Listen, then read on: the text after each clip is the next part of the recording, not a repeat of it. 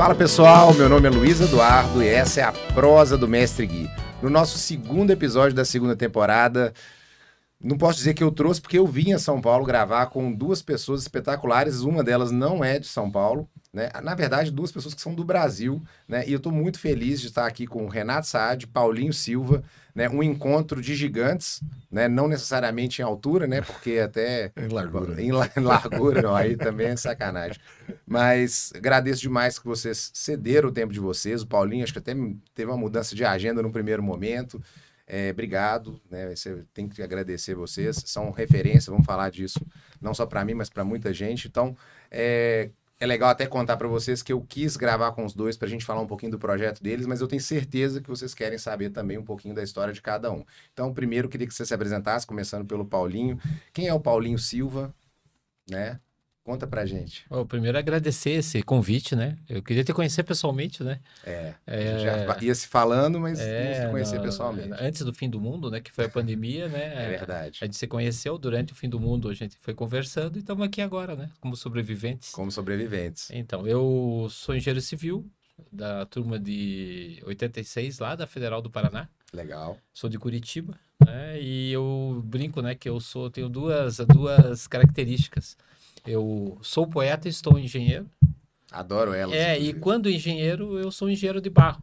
Porque eu me formei em 86 e logo em seguida adentrei o mundo cerâmico e fui sinterizado num forno na época de terceira queima, né? E minha carreira foi se confundindo com a placa cerâmica e hoje minhas paixões na engenharia é a cerâmica e as fachadas. Legal. E você, Renato? Eu sou o Renato Saad, então muito obrigado ao Mestre Gui, que deu a ideia, iluminou a vida do Luiz com um podcast muito interessantes, né? Papos, né? Conversas, engenheiros de todas as áreas. Isso é bacana, né, Luiz? A gente, de repente, esse trabalho de gravação cresceu no Brasil todo, começou no meio da pandemia mesmo, né, Paulinho? No fim do mundo, gostei. Na realidade, a gente estava sozinho, e aí, como a gente sempre se reunia para bater papo, por que não bater papo online? E isso foi espalhando pelo Brasil, e é um trabalho muito gostoso. Afinal de contas, nesses bate-papos nossos saem algumas ideias, saem as histórias da engenharia. A gente tem um trabalho junto, você sabe, né, que eu posso fazer um jabá aqui, fica mas vontade, é um jabá que, na realidade, é do bem, porque ele não tem patrocínio, ele é um trabalho nosso de trazer os nossos mestres, nossos professores, para até imortalizá-los, porque não? Vai ficar aí nos anais da internet. A professora Maria Alba, que já passou por nós, a Cris, né, dos nossos patologistas, a Cristiane Furlan, que já nos deixaram, mas que deixaram um legado para nós e está lá gravado. Sem dúvida. E eu sou engenheiro civil, me formei em 93, esse ano faço 30 anos de formado. Uau, hein? E não, meu pé, na realidade, não foi no barro, foi na construção civil mesmo, nas obras, mas ali eu comecei com patologia na época de estagiário. Olha. Então eu estou patologista, vou dizer assim, né, Paulinho? Há 30 anos, eu gosto dessa área, sempre procurei ficar na área, apesar de aparecer momentos que eu quis desistir, quis sair do mercado, porque era um mercado muito fechado. E, na realidade, o que fecha o mercado é o conhecimento, que eu não tinha como recém-formado. Então, depois eu conto um pouquinho mais, mas fui fazer mestrado, bolsista na USP, para tentar entender a patologia profundamente, porque a patologia de livros nem existia ainda, ou existia muito pouco, tinha pouca bibliografia. Hoje em dia o conhecimento está aí, só que depois a gente fala um pouquinho, mas a gente precisa ter o norte desse conhecimento, né, Luiz? Há 30 anos eu saí um pouquinho, fiquei 4 anos fora, mas depois voltei. E estamos aí fazendo um pouquinho de engenharia de patologia, vamos dizer assim, ou engenharia diagnóstica, como o pessoal prefere dizer hoje. E é nomenclatura. Na realidade, eu me encontrei, gosto dessa área vou plagiar a Olivia, mas na realidade é a Olivia que me plagiou, né? Eu falo que é um CSI, sempre falei que é um investigativo, né? É autoplágio. Legal. Não pedir plágios. Loop de plágios. Loop de mas plágios. é isso aí. Sou engenheiro civil, hoje fazendo doutorado em engenharia de materiais, mas ainda sou um engenheiro civil, né? Gostei do estou engenheiro, eu gostei disso, né? Estou patologista. Para a gente adentrar, né? Até para vocês que estão para quem está assistindo, porque muita gente acaba só escutando. Hoje eu estou vestindo uma camiseta, né? Um presente do Paulinho, da Engenharia Marginal. Ele já nos deu um spoiler sobre poeta, né? Ele escreveu um livro que está até aqui na mesa, Engenharia Marginal. Não sei se é o primeiro, você vai contar para gente. Deixa eu dar licença, né? Então, Engenharia Marginal está aqui. Poesias, né? E obviamente você vai contar para a gente, mas antes de você falar, eu queria até dizer para vocês que para a gente aqui da nossa comunidade de engenharia, trazer pessoas como o Renato e o Paulinho, e eu até brinquei em off, dizendo que aqui a gente tem o antagônico, a coisa boa, o encontro dos dois, né? A questão do Renato cartesiano, o Paulinho disruptivo, e esse encontro onde eles têm um projeto maravilhoso que eles já vão contar para a gente, faz algo que, ao meu ver pessoal, né, uma opinião pessoal, traz a boa engenharia de uma maneira leve, né? Não somente se debulhar em estudar em livros, mas também a experiência de campo, da indústria, né? O tripé de indústria, projeto, execução, né? Essa vivência que precisa ser passada, o conhecimento transmitido para as próximas gerações, que não vamos também ser iludidos que né, vai ser uma ótima geração ou uma péssima geração, mas o conhecimento está aí, vocês têm a boa informação para passar. Tem informação ruim? Tem informação ruim, mas tem informação boa, e eu fico muito feliz que vocês transmitem. Então, para começar, Paulinho, vou começando com você, eu queria que você contasse um pouquinho da sua história, né? Como que foi o Paulinho lá em Curitiba, poesia, esporte, botafoguense, né? O pessoal quer saber, não é só da placa cerâmica, não. O pessoal quer saber quem é o Paulinho Silva, líder do campeonato até o presente momento. Ó, a provocação.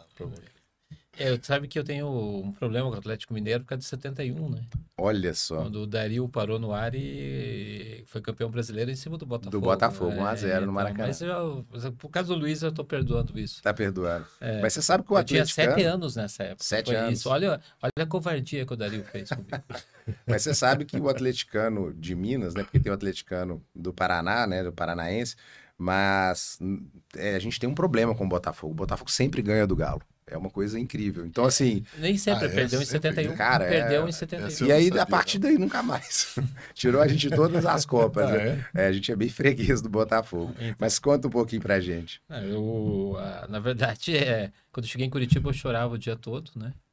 Porque eu tinha que me levar para cima, porque eu nasci lá, né? Eu era criança, eu nasci lá. Você é de Curitiba mesmo? Eu sou de Curitiba, então eu sou curitibano, né? Eu adoro a minha cidade. E ao contrário de tudo curitibano, eu falo com estranhos, né? Que nós somos famosos por ser um povo de região fria, muito... E a carreira profissional, né? Me fez muito coletivo. Então, como eu falei no início, né? Logo no início da carreira, eu adentrei no mundo cerâmico, numa grande empresa multinacional, que era do Grupo Laufe da Suíça. E com isso eu viajava, né? Então, eu era um dos palestrantes, então era feira, revestira. Isso por isso que eu fico muito feliz quando a engenharia chega hoje na plataforma, né? Que eu chamo o pré-metaverso, né? Que é o Instagram e tudo, e as online. Por quê? É muito importante essa interação. A gente chama de efeito Marco Polo, que pega as suas caravelas e vai lá na Ásia, traz especiaria, traz as massas para a Itália, assim, tudo. Então é muito legal estar aqui com você hoje. Estou bem feliz mesmo, como é muito legal estar com o Lauto, como é legal estar com o Zé Ramalho, né? Na feira encontramos com ele lá de Fortaleza. Então, Matheus Leone. Então, essa riqueza, essa troca de especiarias é muito legal, né? Então, eu me tornei assim muito sem bandeira, né? E isso foi marcando minha personalidade. Mas eu sempre fui uma pessoa intimista no sentido assim de escrever, né? Desde os 12 anos eu faço poesias. E isso foi marcando, né? E eu sou uma pessoa que amo a contracultura, né? E me sentindo hoje, mesmo em São Paulo, em Minas, né? Eu me sinto totalmente do clube de esquina. Eu sou muito fã do Fernando Brant. Então, esse livro aqui, né, o Engenharia Marginal, são meus poemas negros. Eu tinha uma série de poemas brancos, negros, bêbados, e agora tem os poemas cósmicos, né, luz. Então, são minhas séries. Então, o Engenharia Marginal são poemas negros. Ele seria dedicado a uma das pessoas, Fernando Brant, que faleceu. Eu acho que a caneta, a magia do Fernando Brant, cantado pelo Milton Nascimento, uma das coisas mais singulares, né? Então, eu acho que todo esse lado, e quando eu vou em Recife, o Momento Armorial, Chico Sainz, e vai para o Rio, né? Tem todo um movimento, né, do Tom Jobim. Então, você tem muita coisa legal. Vai para o Sul, Júpiter Maçã, e assim vai. Essa pluralidade, e esse é meu convite à engenharia, é isso que eu e o Renato estamos tentando fazer, né? Uma engenharia diferente, desconstruída, né? E nesses anos todos eu fui sendo alguma coisa, né? E estando outra coisa, né? Sempre, né? Isso por isso que eu digo que o jovem, às vezes a arrogância de se dizer, né? A gente tem hoje, né, responder perguntas assim bobas, né? Mas perguntas importantes, né? Porque o ser humano gosta de pôr tudo em caixinhas, né, Luiz? É verdade. Então, por exemplo, qual o nome da caixinha de alguém que faz um laudo de inspeção? Essa caixinha chama-se engenharia diagnóstica ou patologista? É importante para o ser humano, porque ele gosta de pôr em caixinhas. Mas para quem pensa de forma cognitiva, desnecessário. Então eu gosto do termo patologista, Renato gosta do termo engenharia diagnóstica.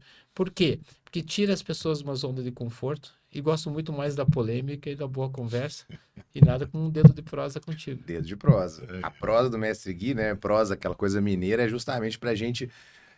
claro, temas técnicos acabam aparecendo, mas é essa coisa mais descontraída mesmo, da gente saber um pouquinho de vocês. Eu tô com medo de beber essa água, porque com mineiro, em geral, tudo que é branco não é água. Pode ser cachaça. Mas, ó, é bem verdade que tem da cachaça branca e da amarelinha.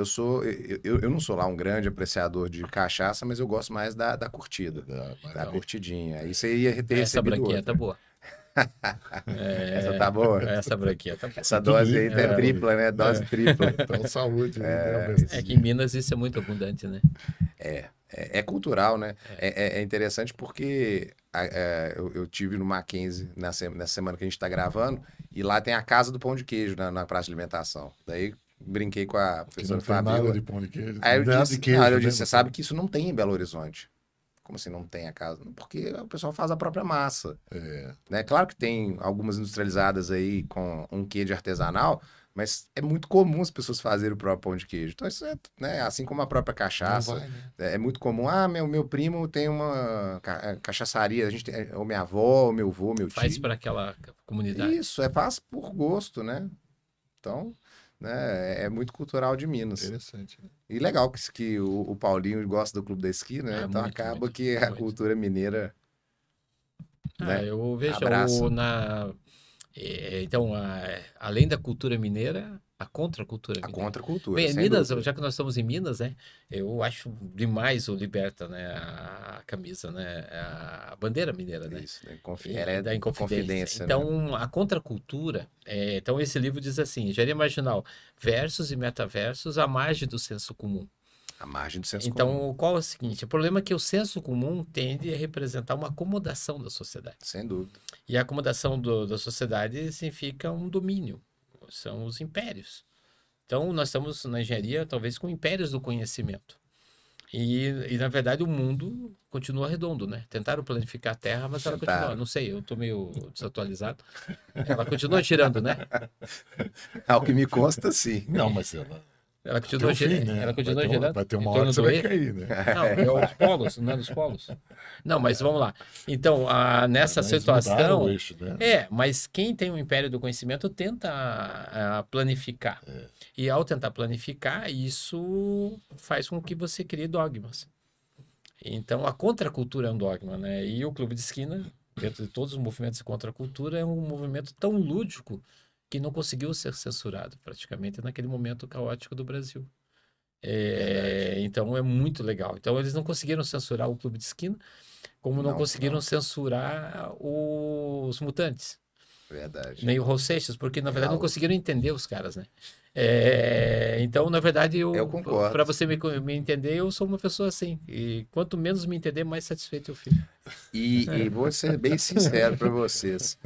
De todas as pessoas que eu gravei que peço para contar a história, essa é a mais interessante, porque ele não seguiu o script que eu não te dei, mas que é natural. Formei nisso, trabalhei nisso, tive experiência nisso, o que não quer dizer que você não vai fazer. Eu vou ficar Você nisso. vai ficar vou nisso, ficar né? nisso. Mas é interessante porque aqui a gente já entendeu que a gente tem uma pessoa que ama poesia, que escreve, Sim. né? E que sai da caixinha. Sai da caixinha, mas quer trazer isso para onde ele está, engenheiro.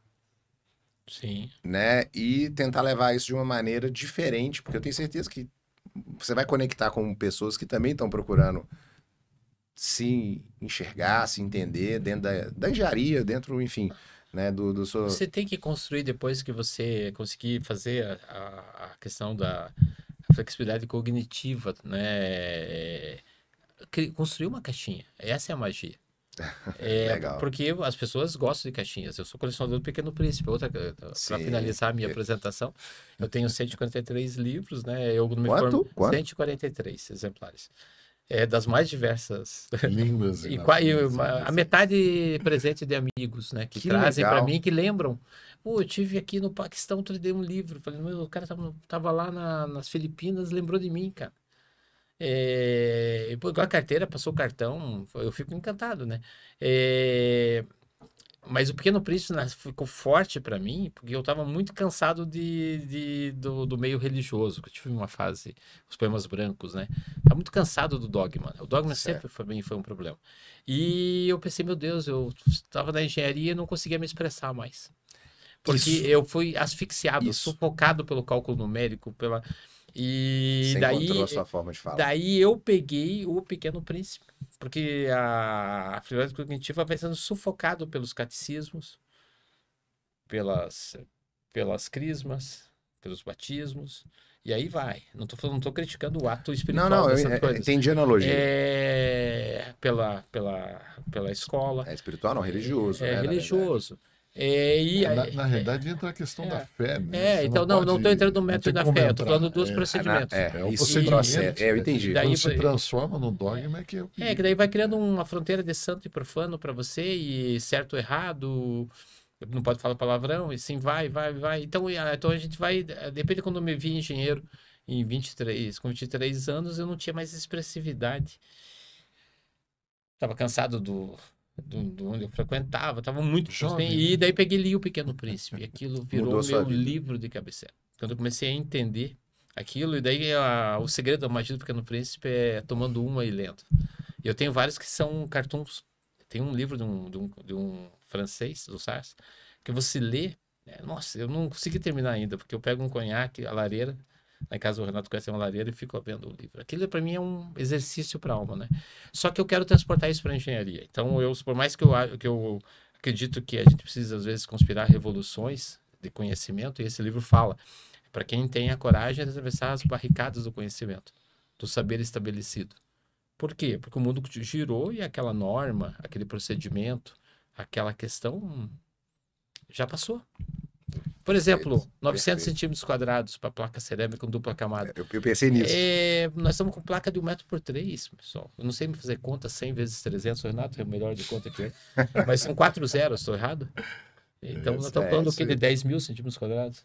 Não, 30 mil. 30 mil. Então, veja, nós estamos discutindo no 30 por 30. Mudou. Eu vou na loja e não consigo comprar essa placa. Não tem. Não existe mais. Tem mais um popular, mas o popular é 43. É isso aí. Então, veja. Nem tem a forma mais. Então, é essa questão que o nosso trabalho, né, que a gente tem trazido, e eu sei que não é por acaso que a gente veio para ser da contracultura da engenharia. Espetacular. Renato, agora é... E agora? Agora é com você. Eu falei para você que você tinha que fazer som com ele, né? Mas aí não é engenharia, é outra.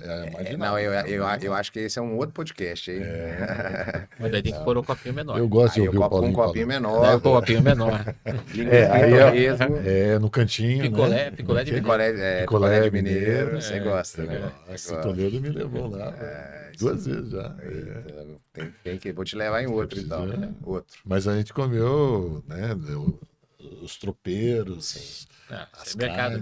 Bom, a comida mineira, eu sou apaixonado pela comida Para mim, mineira. o mercado de Belo Horizonte, ele não, para mim não tem igual, né? Eu conheço de Curitiba, eu conheço de São Paulo, que é muito maior, inclusive, mas é pela essa questão A humana. regionalidade. Total, Né? mas é brasileira. Vocês têm uma palavra que chama sabor de Minas, né?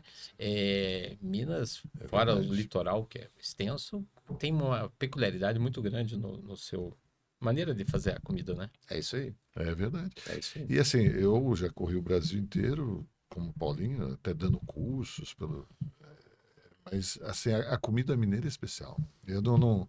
Sou Assim suspeito, como o né? sotaque, eu Sou acho que suspeito. o acento da conversa mineira É bom.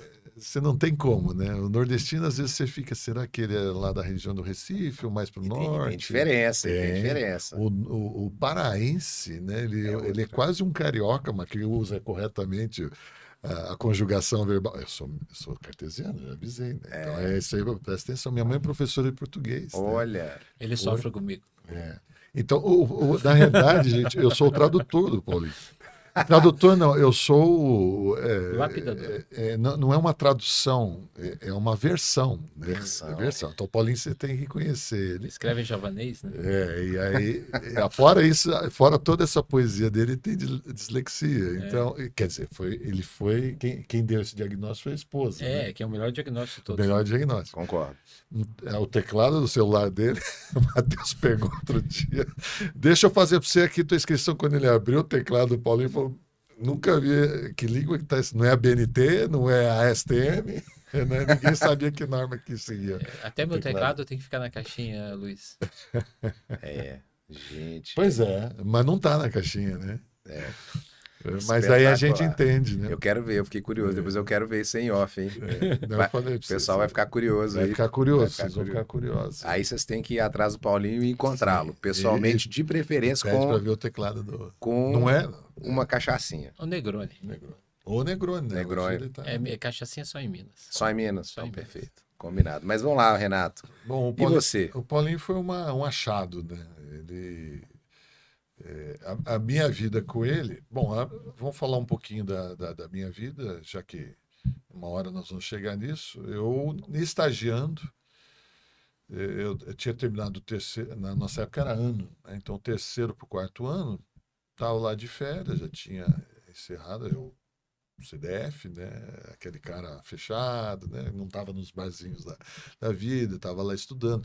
Eu vim de Santos, meus pais estavam morando em Santos, mas nasci em São Paulo, sempre morei perfeito. em São Paulo, mas teve um período meu pai foi ajudar um tio lá na construtor, na Baixada, foi um dos maiores construtores na Baixada Santista, Legal. Guarujá, São Vicente, Santos, Praia Grande. Ele tinha 16 obras em construção, prédios grandes aí de mais de 16 pavimentos. Na época, eu estou falando em 1990.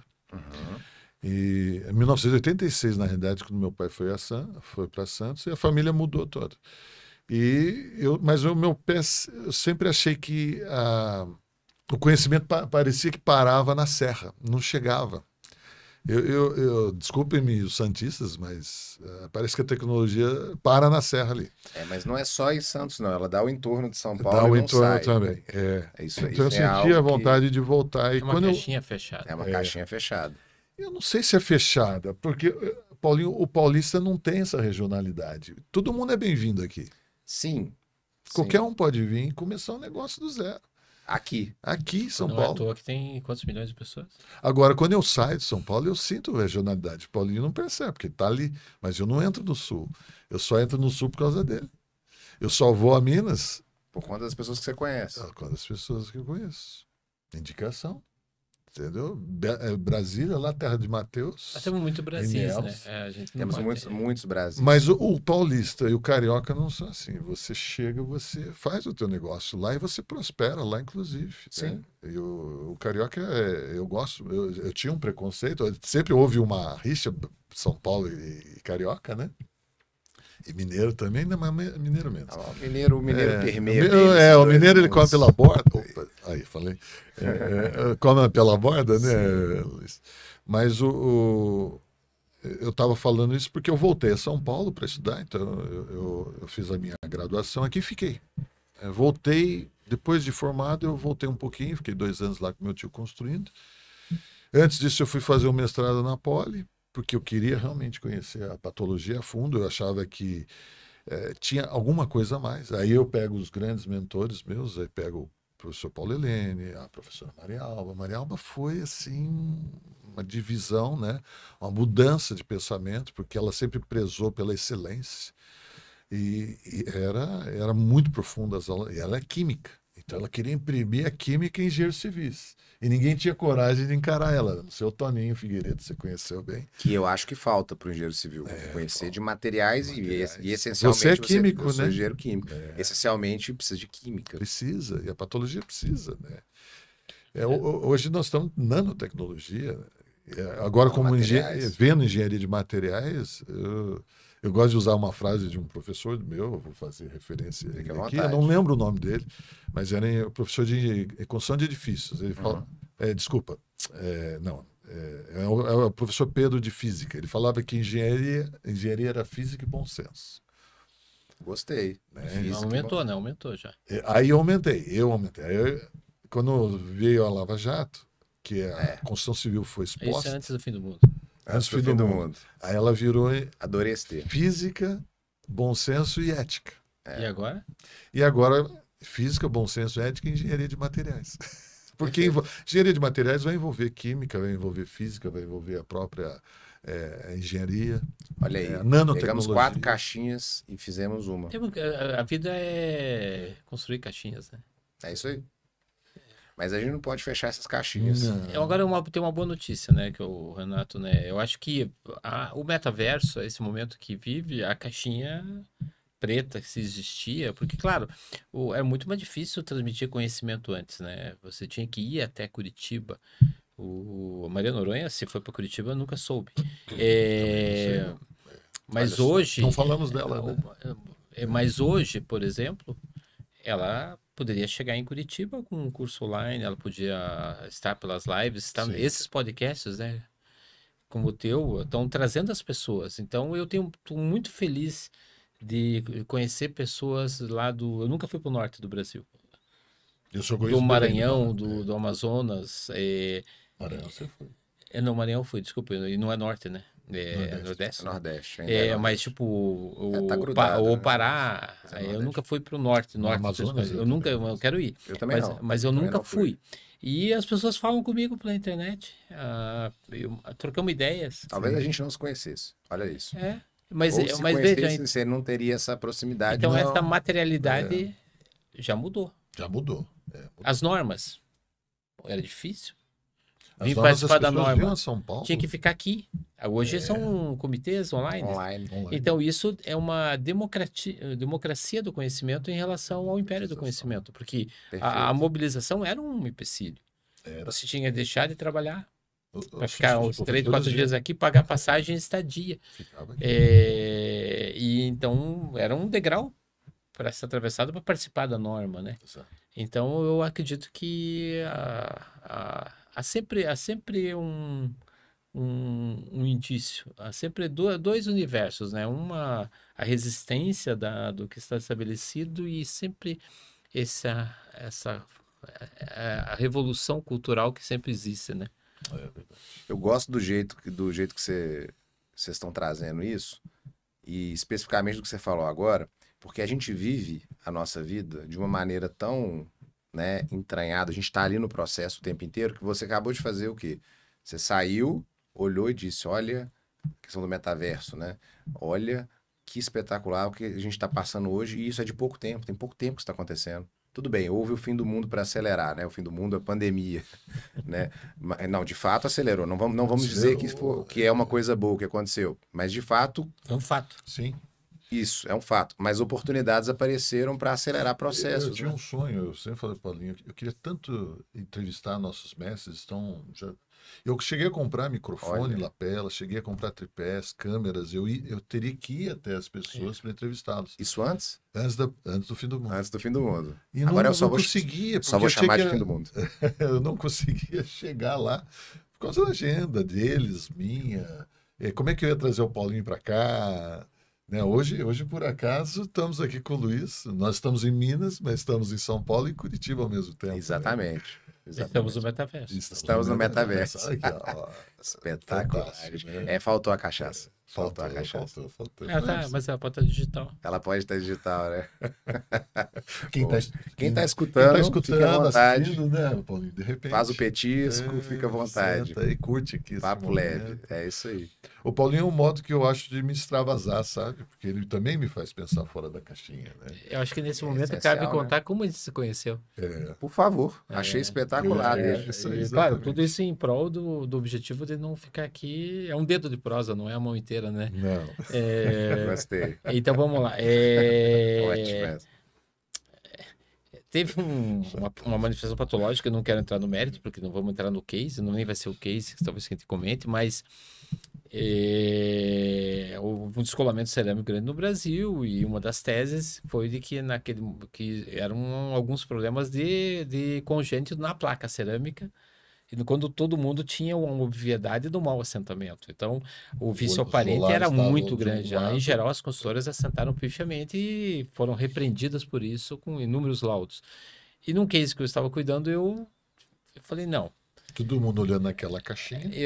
Essa placa não, olha a maneira que ela está absorvendo a água. Daí eu fui lá, atravessei a rua, comprei uma placa feita num processo mais convencional do Brasil, da mesmo tipo de fabricação, e cronometrei. Essa placa aqui que está desplacando, em 7 segundos a água sumiu e, em geral, a outra cronometrei 17, 18 segundos. Até a velocidade higroscópica é muito alta. Não estou falando nem de EPU. Comprei uma outra placa popular.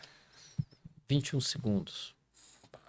E começamos a pensar, daí eu escrevi, o certo momento a gente começou a demandar, infelizmente eu sou do mundo cerâmico e infelizmente a questão judicializou, por mais que eu tentei evitar. Tentei mostrar para as duas partes que eles poderiam conversar tecnicamente e me liga Bruno Loturco, da Tecne. Eu vi inúmeras matérias do Renato Saad, era um nome. Então, ele tem os nomes, né? Na época ainda não estávamos no metaverso. Então, Renato Saad, Hércio Thomas. Isso né? Tarcísio Meira, Tony Ramos. Sim, perfeito. Não, perfeito. Nomes. Acho a analogia perfeita. Nomes, né? Nomes. E daí... A gente tá falando Renato Saad, mas... Renato Saad tinha artigos, né? Então, eu lembrava do nome. Então... E Bruno Loturco, o seguinte, falaram que você tem uma tese muito legal sobre esse caso que está acontecendo, vai ser matéria da técnica. Eu pensei, sabe quando você olha para trás no telefone? Deve estar falando com outro cara. Comigo? É comigo? Daí eu expliquei para ele a minha tese e o cara adorei, mas não entendi uma palavra. Eu tenho uma dificuldade porque o Renato não estava me lapidando na época ainda, né? Você pode... Esse encontro de vocês você pode escrever isso e mandar um e-mail. E eu escrevi, a tese era com o Leandro Palocci, amigo meu, que é outro gênio. E esse é um gênio. Esse, na verdade, eu digo que ele é um parente do Spock. É igual. Perfeito. Então, o Palocci também costuramos essa tese, mandamos e a surpresa aconteceu maior. Meia página da técnica dessa edição. Daí o Renato vai dar aula no IMBEC e fala com amigos meus gaúchos, né? Mas aí como eu soube. Não, foi antes. Foi antes? Não, eu conheci você depois, mas vamos lá. A minha versão dos fatos. Daí, eu tenho que organizar. Então, mas como a percepção, olha que escreveu daí. Não, mas eu conheço ele. A Misha, né? Mas foi depois. Foi depois? Então, mas o moral da história... Nos conhecemos, aí ele continua numa feira revestir. Não, então, aí vem a minha parte da assim que começou. O Loturco me liga também. E faz uma videoconferência num momento que nem tinha ainda, né? Renato Saad, para mim foi uma ligação, né? Eu já tinha um artigo na técnica, que era a minha dissertação de mestrado sobre trincas. Legal. Que muita gente usa. O Matheus Leone também já me conhecia por causa dessa... Legal. A técnica foi uma pena ela ter parado, né? Porque era um material bem técnico que a gente tinha, com muita informação. Era o nosso metaverso da época, né? Porque envolvia o Brasil inteiro. Eu conhecia muita gente por causa da Helena Karaszek, a Norma... A 13249, Como é que é? 13,2. Agora fugiu. 749? A 749, né? Que é a de argamassa. 7,200. Na verdade, é a 13,258, que é de ensaio de resistência De e resistência aderência. de aderência, ok. Ela que desenvolveu. E ela, Já quando usei, viu? saiu a Karasek, norma... 2001, sei lá, 98. Não lembro, já usei o Né, trabalho dela. É um trabalho antigo. 96. Não, essa é a tese dela, né? A tese eu de já usei, doutorado. viu? Mas Já quando usei. ela põe na técnica, ela destrincha a norma, porque a norma não vai entrar de como usar a norma. Aí ela destrincha a norma. Como é que você analisa o resultado de um ensaio É a de edição resistência e aderência? comentada da norma, é a revista. E foi uma entrevista que ela deu que ali é a minha base. Ali a minha cabeça fez assim, puf. Bom, mas... Ok, ele me liga para fazer essa entrevista, eu converso qual é o meu parecer, e ansioso para chegar à edição, né? Um mês depois chega a edição, as minhas frases estavam referenciadas a outra pessoa. Não para mim. Não era o Paulinho. Não me impute, não me chateado com isso. Poxa, essa... ele pegou a minha frase Colocou em nome de outra e colocou. Aí eu grifei, né? E eu comecei a ler aquilo e falei, não, eu vou ter que reclamar isso aqui, tem que ter uma errata, né, na próxima edição, porque as Claro. frases são minhas. E eu não apareço nessa técnica. Aí aparece uma meia página ali de um louco com que foto fala em Oxford. Não tinha foto sua, não. Não, minha não, tinha uma placa cerâmica. Tinha uma placa cerâmica. Era uma foto minha em forma de placa cerâmica. Era sua foto. Era ele mesmo. Era sua foto. Porque ele materializou, né, a placa cerâmica. Excelente. Bom, aí eu leio ali, esse doido, rapaz, que cara. Eu gravei o nome dele, Paulo Sérgio, né? Porque eu tenho um grande amigo, mentor aí, o Paulo Sérgio Oliveira, depois vamos falar dos mentores. Falando dos óxidos. Falando de Oxford, esse cara tá louco. Aí eu liguei pro Toninho. placa- Eu liguei pro Toninho a argamassa Figueiredo. é de Toninho óxido. Figueiredo foi meu professor de materiais no mestrado. Eu fiz 3 vezes materiais e agora estou como aluno, né, aluno de mestrado, 2 vezes como aluno especial e agora eu fiz uma 4ª vez como aluno mesmo de pós-doutorado. Vocês verem como a engenharia de materiais é importante.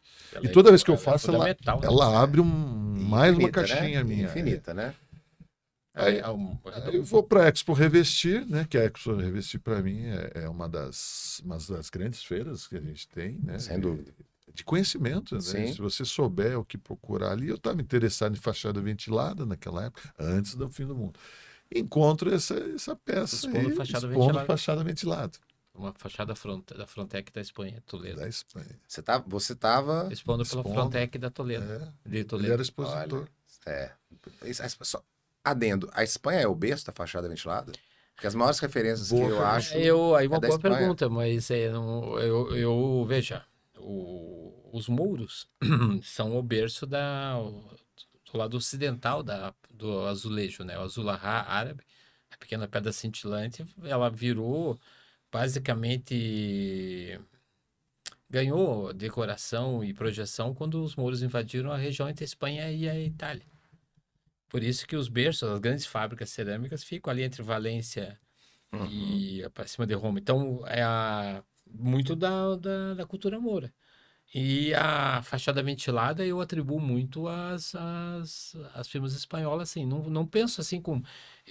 porque é muito difícil, porque eu não sei o que é Espanha e o que é Itália. Talvez no passado tenha sido a mesma coisa. Sem dúvida. Mas a porcelanosa...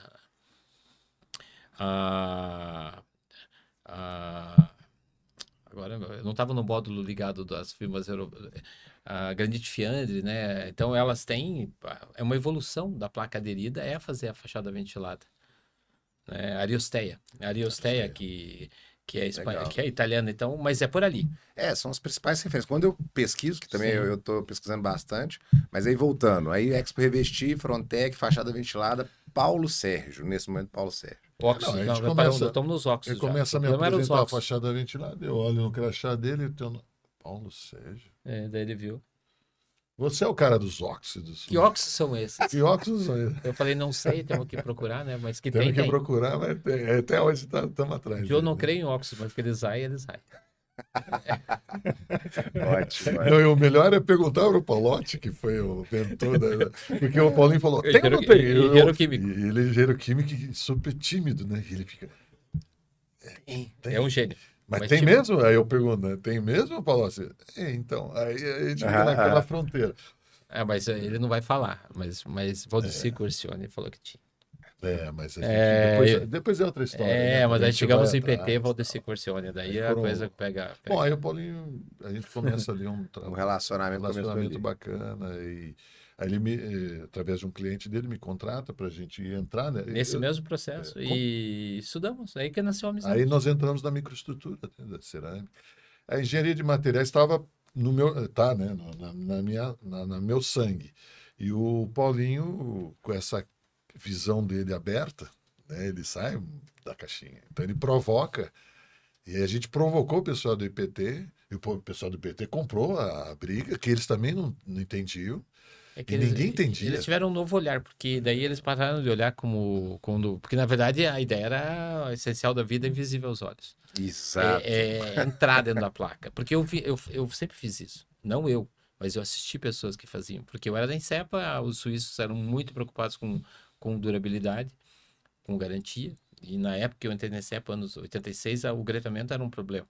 Porque o gretamento, a placa não pode gretar, e se ela gretasse a qualquer tempo, tinha que indenizar. Então a Insepa tinha fobia de precisar de gretamento, tanto que fazia 3 ensaios de ciclo de gretamento para ter uma peça, e mesmo assim, eventualmente tinha problema, que é um dos fantasmas. Sim. E o MEV, que é os ensaios avançados, sempre foram presentes, porque era a maneira de ver o invisível. Então isso era muito legal, isso veio na minha gênese. Então, agradeço isso, já falando de mentores, né, ao Celso Fedalto, ao Euduri, né, ao Maurer, que foi exatamente a pessoa mais próxima a mim, lá, falecido. Então, eu peguei essa. Então, quando chegou nessa situação, 7 segundos uma placa, 21, isso aqui é plano de microestrutura. Então, nós vamos entrar no MEV. Quando nós chegamos no IPT, a gente provocou o MEV, mas com outro olhar, porque tem uma questão de olhar. Eu estou olhando uma câmera térmica. O que eu vejo? Que eu o que eu interpreto? Qual é a minha capacidade de interpretação daquela imagem? A imagem está ali. Perfeito. Então, nós mostramos que, na verdade, precisaria de um olhar geológico, não de um engenheiro de materiais convencional. Uhum. E a moça que fez, Priscila, com um olhar, ela tinha vindo do exterior, Leal, né? Ela olhou para ver as transformações geológicas, como fosse uma formação de um granito, para atrelar a temperatura. E a gente conseguiu fazer a curva de queima. A gente conseguiu, pela geologia, fazer um traçado da curva de queima e viu que a placa estava sublimada em relação à queima por uma questão do processo, não de uma fraude, do processo. Então, essa têmpera não aconteceu, as fases amorfa e cristalina. Então, olha isso. Porque pela transformação da argila, dos componentes. Mas foi maravilhoso. Não, eu aqui, ó. Quem tá assistindo aqui. Não, foi foi a penicilina nossa, entendeu? Penicilina. Ciências dos materiais na veia, isso. A gente provocou uma interface entre a argamassa. Mas não parou. Ainda temos a materiologia. É uma materiologia, porque daí nós provocamos Helena Karaszek, mas parou por verba. Que esses ensaios, na época, foram mais de quase R$200 mil. Porque existiu mais um fenômeno invisível aos olhos que a engenharia precisa um dia responder. Porque essa placa que estava com essa microestrutura ainda em fase, digamos assim, ela estava ávida por água porque tinha filosilicato e argila mineral. Eles sequestraram água de quem? De cristalização da argamassa colante que tinha recém-chegado. E o que aconteceu? Mas respondeu uma grande pergunta. Por que o descolamento cerâmico acontecia com 1 ano e meio? Porque ficava na fase Van der Waals. Essa é a minha interpretação. Quando eu precisava ter o grampeamento, lá, as formações, daí não acontecia, porque ela desplacava limpa. Mas por que ela ficou 1 ano e meio? Porque ela tinha aquele grude, né? Então, veja, essas fases daí precisa entender como é que foram as relações. E o nosso Spock, o Palocci, fez as ligações químicas alteradas. Dos componentes químicos posso te mostrar isso aqui, engenheiro químico? Com certeza. Mostrando que essa placa soltando esses óxidos, que foi a maneira que a gente chamou o desequilíbrio, criou a perda de ligação das ancoragens cimentícias. Daí nós falamos, essa aí tem que ser Helena Karaszek, Maria Alba, né? Maria Alba não está mais com a gente, mas para a gente explicar também esse fenômeno. E bacana, e assim nasceu, né? Eu acho que de maneira mais isso abreviada. É lindo, né, gente? Isso é maravilhoso. A descoberta, né? A investigação, a curiosidade. Isso é algo que eu tenho muito comigo. Claro, cada um na sua zona de conhecimento, onde você quer aprofundar, né? O engenheiro, ele por si só, ele é um ser humano curioso. Engenhar, né? Engenhar. Se você não tem curiosidade, você não consegue Não faz engenharia. praticar. Não faz engenharia. Exato. Mas para isso precisa de conhecimento, né? Mas aí você precisa Então buscar. aí você tem a base E oportunidade. Liberdade. e liberdade. Então, Né? por que a gente se complementa? Porque eu vim com uma bagagem técnica, o Paulinho veio com a bagagem de vida dele e essa liberdade, né? Então, quando juntou os dois, deu certo. Não, eu acho um encontro que se complementa, né? Eu acho, não, eu tenho certeza que mas eles se complementam literalmente. A gente precisa sair às vezes, né? Eu sempre me policiei com essa questão do quadrado, né? Cada um no seu quadrado, mas você fica ali, né? E tinha uma brincadeira, lembra que o pessoal fazia? Você tinha que colocar não sei quantos palitos dentro de um quadrado e não dava certo, né? Porque você tinha que sair daquele quadrado e criar um quadrado maior. Entende? É isso.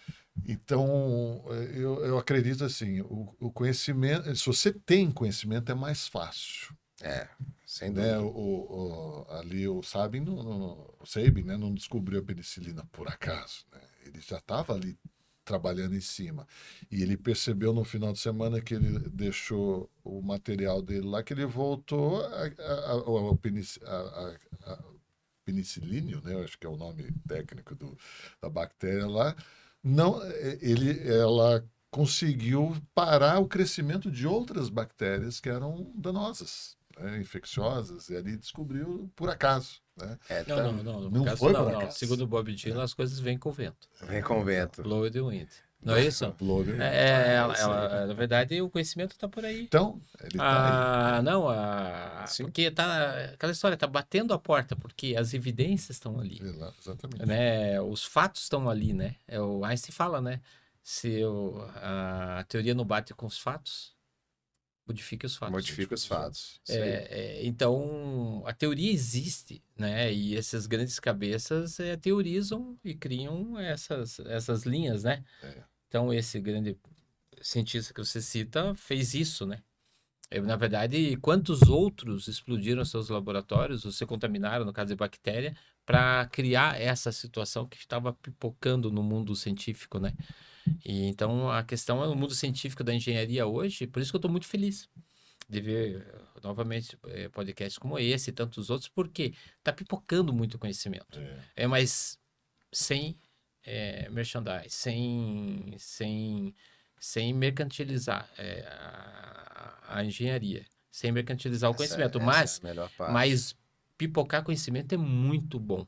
Como diz o mineiro, quando nós estamos em Minas, um toró de ideias. Um toró de ideias. E Né? aproveitando esse momento, não, o legal desse bate-papo, porque ele é descontraído, mas ele tem conteúdo técnico aqui. Aqui, a bagagem que eu estou recebendo aqui, daquele momento Brasil, né, de descolamento, eu recebi aqui uma carga que eu não tinha um monte de informação aqui. Então, quem está escutando ou assistindo é privilegiado, né? Espero que estejam aí com o petisco e a cachaça mesmo, né?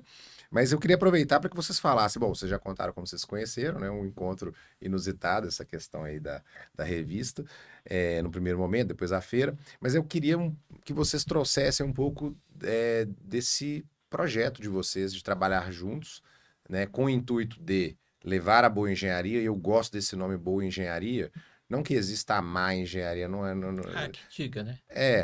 Exato, mas a boa engenharia talvez, não sei como vocês querem colocar isso, talvez adorei os 4 pontos aí, física, bom senso, ética e engenharia de materiais, mas também no sentido de a gente tentar sempre indo atrás dos nossos mentores, que vocês o tempo inteiro falam deles, de quem trouxe vocês até aqui, quem foi referência, e hoje vocês sabem que vocês sabem que vocês são referência para outras pessoas também.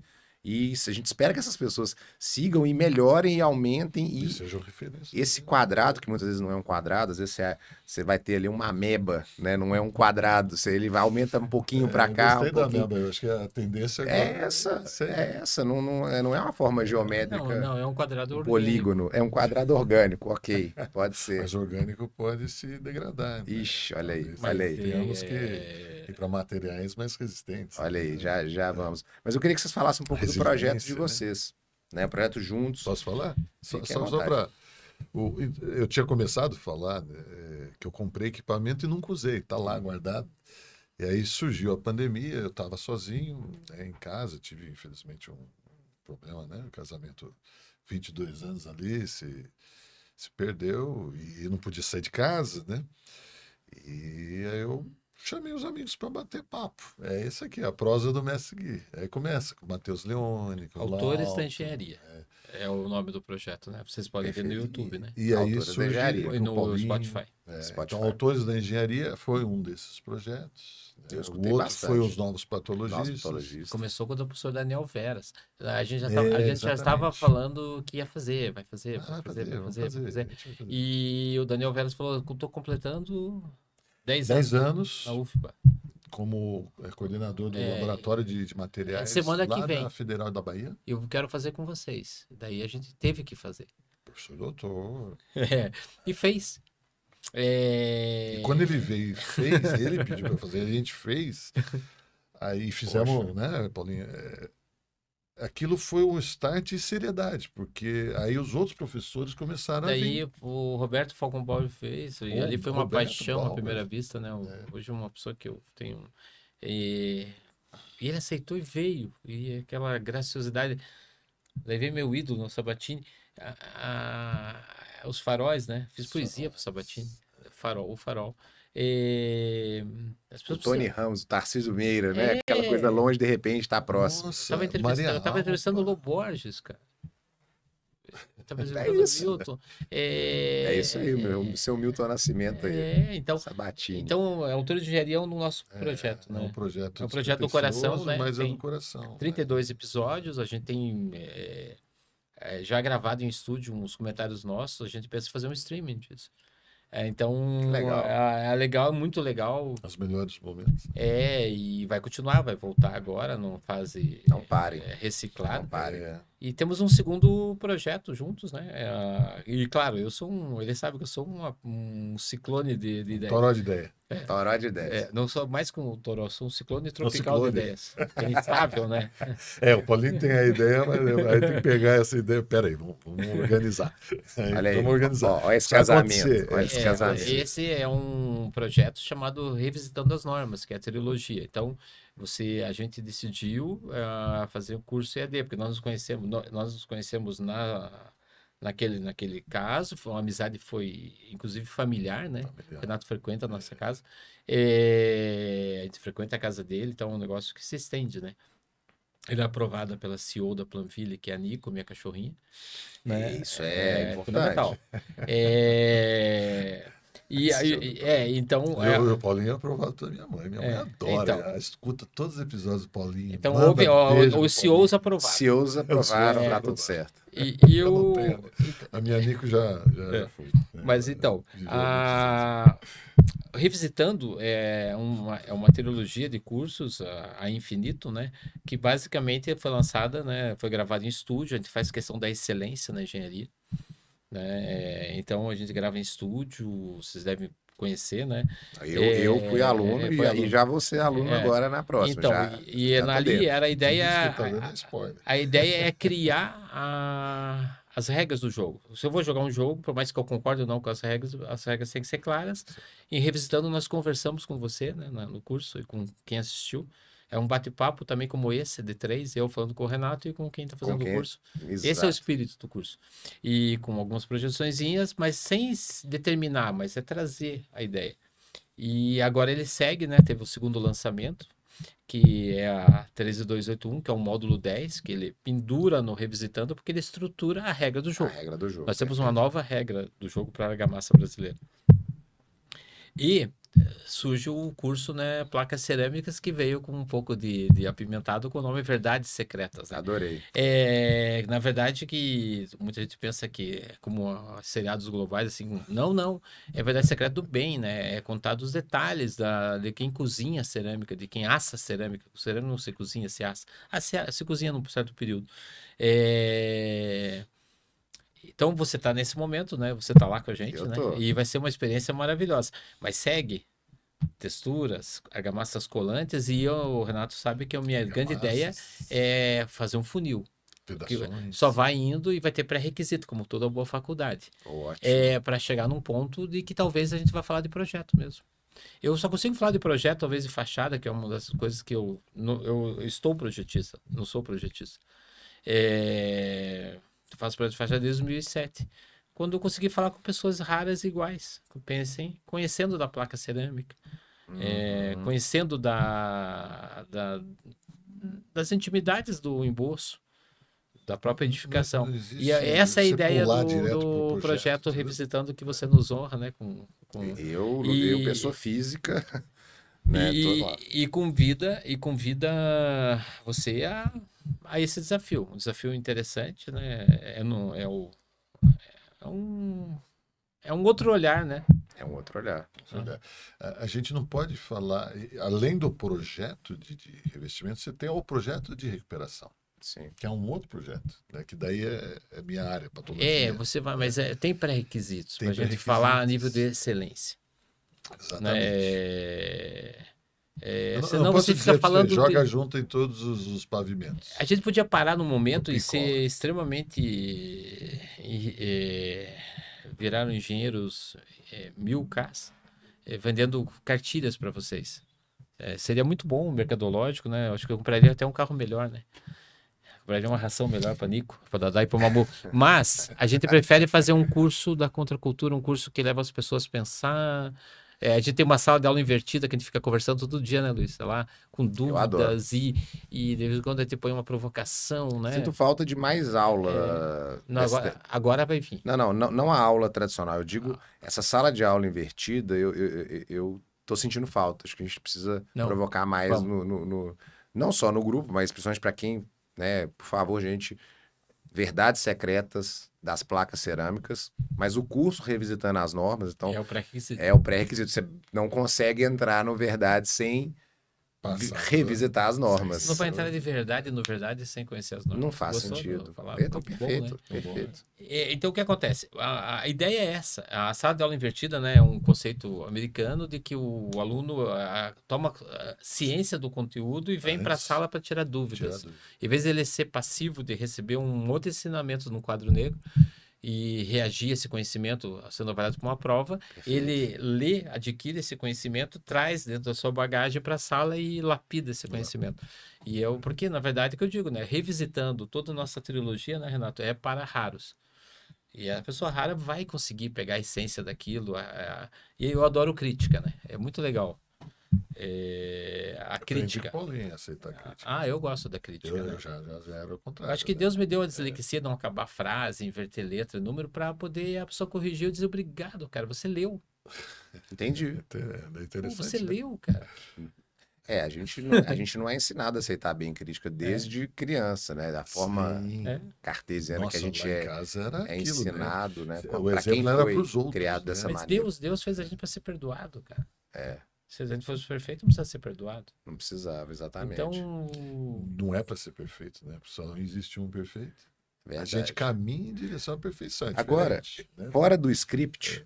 Aliás, está tudo meio fora do script. Não é fora, é totalmente dentro do que você falou agora, mas é polêmico. Você gosta de polêmica. Eu acho que a resposta está na ponta da língua, mas a pergunta vai para os dois, né? Acabou que você trouxe aí esse raciocínio aí do projeto de vocês, mas por que vocês acreditam que a gente tem quase que nenhum projetista de fachada no Brasil? Quando eu digo nenhum, eu não estou ignorando vocês especialistas, mas quando a gente vê, tudo bem que não é para qualquer um, ponto. Por que a gente não tem hoje pessoas que querem se formar nisso, que querem se especializar, que querem estudar? Porque você disse uma coisa, até para complementar meu raciocínio, mercantilizar cartilhas, isso eu vejo. Eu não vou entrar no detalhe, mas isso eu vejo nas regiões onde a gente está. Até em regiões que eu não estou, mas acaba chegando para a gente. E eu não vou dizer aqui, eu não vou fazer julgamento de valor se está certo ou está errado. Mas a gente não vê, é raro ver gente nova querendo saber de fachada, principalmente fachada. E eu queria que vocês dessem a visão de vocês. Deixa eu começar, que vai ser bem pequeno a minha ponto de vista, porque eu não sou projetista de fachada. Sim. Eu gosto de deixar isso bem claro. A minha área é patologia. E quando eu preciso, então eu recorro. Sim. Que vai, lógico, como eu mexo com fachadas. Né? Sim. Então, a minha especialidade sempre é a Fabiana, da FCH, é o Paulinho, é a Luciana, da Dende. Jonas né? Medeiros. Jonas Medeiros, são as referências. Olhei, cruzei ali, li toda a tese do Jonas, que é fantástica, são 2 volumes enormes a tese dele. Um dos pilares. Mas assim, minha área é patologia. Perfeito. Tá? Então eu tenho a minha metodologia, meus projetos, fui desenvolvendo ao longo dos anos, né, 30 anos aí, a gente foi desenvolvendo o nosso trabalho. Tive um sócio que prezava sempre pelo desenhou, plota, vamos ver como é que fica. Tá claro? Tá muito grande esse desenho, não é prático na obra, vamos diminuir. Vamos transformar Não, A4 não pode ser, uma A3. O projeto tem que ir para a obra, tem que estar na mão do funcionário. Então ele tem que ser visual. Então ele tem o passo a passo, tem o foto a foto, tem o porquê, né? Então antes da gente entregar o projeto, a gente fala o porquê. Sistemático. Eu tenho essa sistematização é interessante. Também acho. Mas o que acontece com o projeto de fachada? A gente lançou até com a Fabiana, com a Fabíola, com o Flávio Martins, né? Que também é bacana trazer ele aqui para conversar. A gente quis criar um curso de especialização. E tem muita gente procurando. Você acha que não? Mas tem muita gente procurando. Mas as pessoas querem a regra. Que, na verdade, a pergunta Eu acho que meu ponto de visão é esse, Paulo. Não, a pessoa quer a fórmula mágica para fazer eu levantei para você cortar. Por que não tem tanto projeto de fachada? Porque não tem o curso. Ótimo. Não sei, desculpe, da minha santa ignorância. Então, a gente tentou e não teve procura. Aqui não é ignorância, é opinião. Agora, não, às vezes ignorância pode ser que exista em algum lugar que eu não saiba. Perfeito. Porque, na verdade, eu sou um híbrido. Não, hoje eu sou um engenheiro eu nasci dentro de uma fábrica cerâmica, eu não segui o caminho do mestrado e doutorado, sempre tive paixão pela academia, dos livros, os autores, mas então eu acredito em pontes, né? Então, nossos projetos culturais são pontes de conhecimento, porque existem as ilhas da academia, da indústria, o mercado, os legistas que está lá, que finaliza o processo. Então, a gente tem que criar pontes, né? E na questão... Mas os projetos não são cartilhas, os projetos são conhecimentos. Um calculista, vamos dizer assim, as cadeiras... E projeto de fachada é obrigatório pela 13755 quando você tem uma placa cerâmica. E deveria ser quando tem a textura. E oxalá nessa revisão de norma das 13749 e 7200 criem a palavra obrigatório que nem tem na outra, porque você não pode pendurar algo pesado que às vezes fica com 7, 8 centímetros numa parede que pode cair e matar alguém sem ter um estudo científico disso. Sim. Então, na verdade, os projetistas, na verdade, são grandes pesquisadores, são grandes pessoas que sofreram, tiveram noites de frio de terem feito aquilo. E que deram certo. Então, na verdade, a expertise criou essa.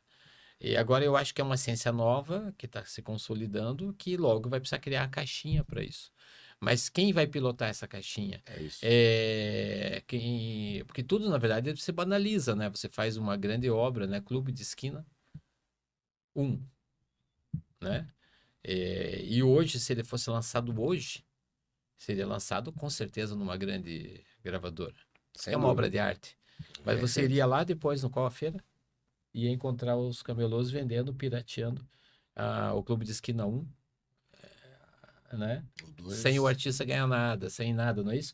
E, então, essa grande obra de arte que é Projeto de Fachadas, né? Eles citam nomes, né? Nossa, eu modestamente me incluo, chegamos no nosso projeto 310. Uau, parabéns. E nós estamos agora fazendo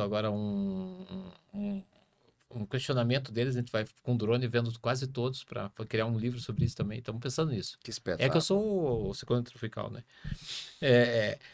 Mas porque acho que a gente tem que contar como é que é. Daqui a pouco você vai entrevistar um outro ciclone, daqui a pouquinho mesmo. E a questão, então, o projeto de fachada depende muito do olhar.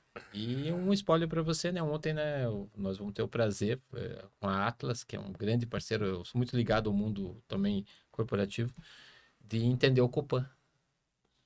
Olha. Então, primeira mão, hein, mas eu olhei lá aquilo tudo e eu pensei, cara, nenhuma cartilha iria conseguir fazer isso. Me preocupa a cartilha, porque a banalização me preocupa. Eu falei o exemplo, o clube de esquina. Eu fico muito triste de ver um clube de esquina lá, se tivesse lá. Não tá lá porque não é mercadológico, é um coach. Mas, tipo, isso entenderam o que eu quis dizer, né? Eu perfeitamente. Então, eu não quero ver um projeto de fachada lá. Não porque o meu custa X e o outro vai custar 0,10 de X, mas... Não por isso. Mas pela arte que tem e a responsabilidade de fazer. Então, minha humilde contribuição, da minha maneira com o Renato, é criar o Revisitando, e eu tenho a vontade, de certo momento, convidar uma dessas grandes cabeças aí, né? A Fabiana, talvez seja quem estaria mais próxima da gente. Mas passando com o Ângelo Juste, passando com o professor Otávio, o Jonas, se for possível, né? Para daí, talvez, com pessoas... com pessoas que estudam. Passaram que estudaram. Então, estudaram e o que o Paulo está querendo dizer, você já peguei, entendeu, né? Mas, vamos lá. Vamos organizar agora. Porque nós fizemos o Ciclone agora. Nós entramos no seu Ciclone. Na realidade, por que não existe o projeto de faixa, um curso? Porque ele é muito autoral. Ele é a experiência de vida. Não tem o software. Daquele... Você viu a história da Fabiana? E a história da Fabiana. O que ela sofreu, o que ela correu o Nordeste inteirinho, quantos meses longe da família, e depois do Nordeste, Norte, depois Sul, Sudeste, depois criou-se, inclusive a indústria cerâmica tentou vender o produto como aplicado. E ela sempre persegue isso. Sempre persegue, e ela entendeu por que não deu certo, mas ali ela foi aprendendo. Foi aprendendo. Né? Hoje eu tenho a oportunidade de fazer alguns trabalhos com ela. Ontem a gente estava entregando junto com o professor Cabral. Tudo é mocap para ela. Então ela faz no papel, ela quer enxergar o negócio na íntegra. É a forma, entendeu? É a forma dela. Anota aí. Tomaram nota. Na verdade, está se criando nesses últimos... O Jonas, o doutorado dele, se eu não falho a memória, é 99, alguma coisa assim, 96, sei lá. Eu não sei, eu atribuo, talvez, pelo menos a minha marca, né, de ter contato, né. Nesses 20, 25 anos, está se criando a nuvem de pontos para um dia poder criar o conceito sistemático dessa cadeira. Eu acho que isso está se... Como um dia foi com o cálculo estrutural. Vai acontecer. Legal. Eu acho que é isso. A gente não pode precipitar uma coisa que precisa ser muito bem. Ele tá envelhecendo, adquirindo... Né? Ontem me fizeram uma pergunta, 15 para meia-noite, um amigo meu. Paulo, vai te ligar um rapaz que tá usando tela de fibra de vidro em projeto de fachada. Você tem que explicar para ele que é a eletrosoldada que está na norma. Eu fiquei pensando aquilo, né? Mas a norma diz isso mesmo, mas será que não pode? Então, veja, por quê? Porque está fazendo a nuvem de pontos.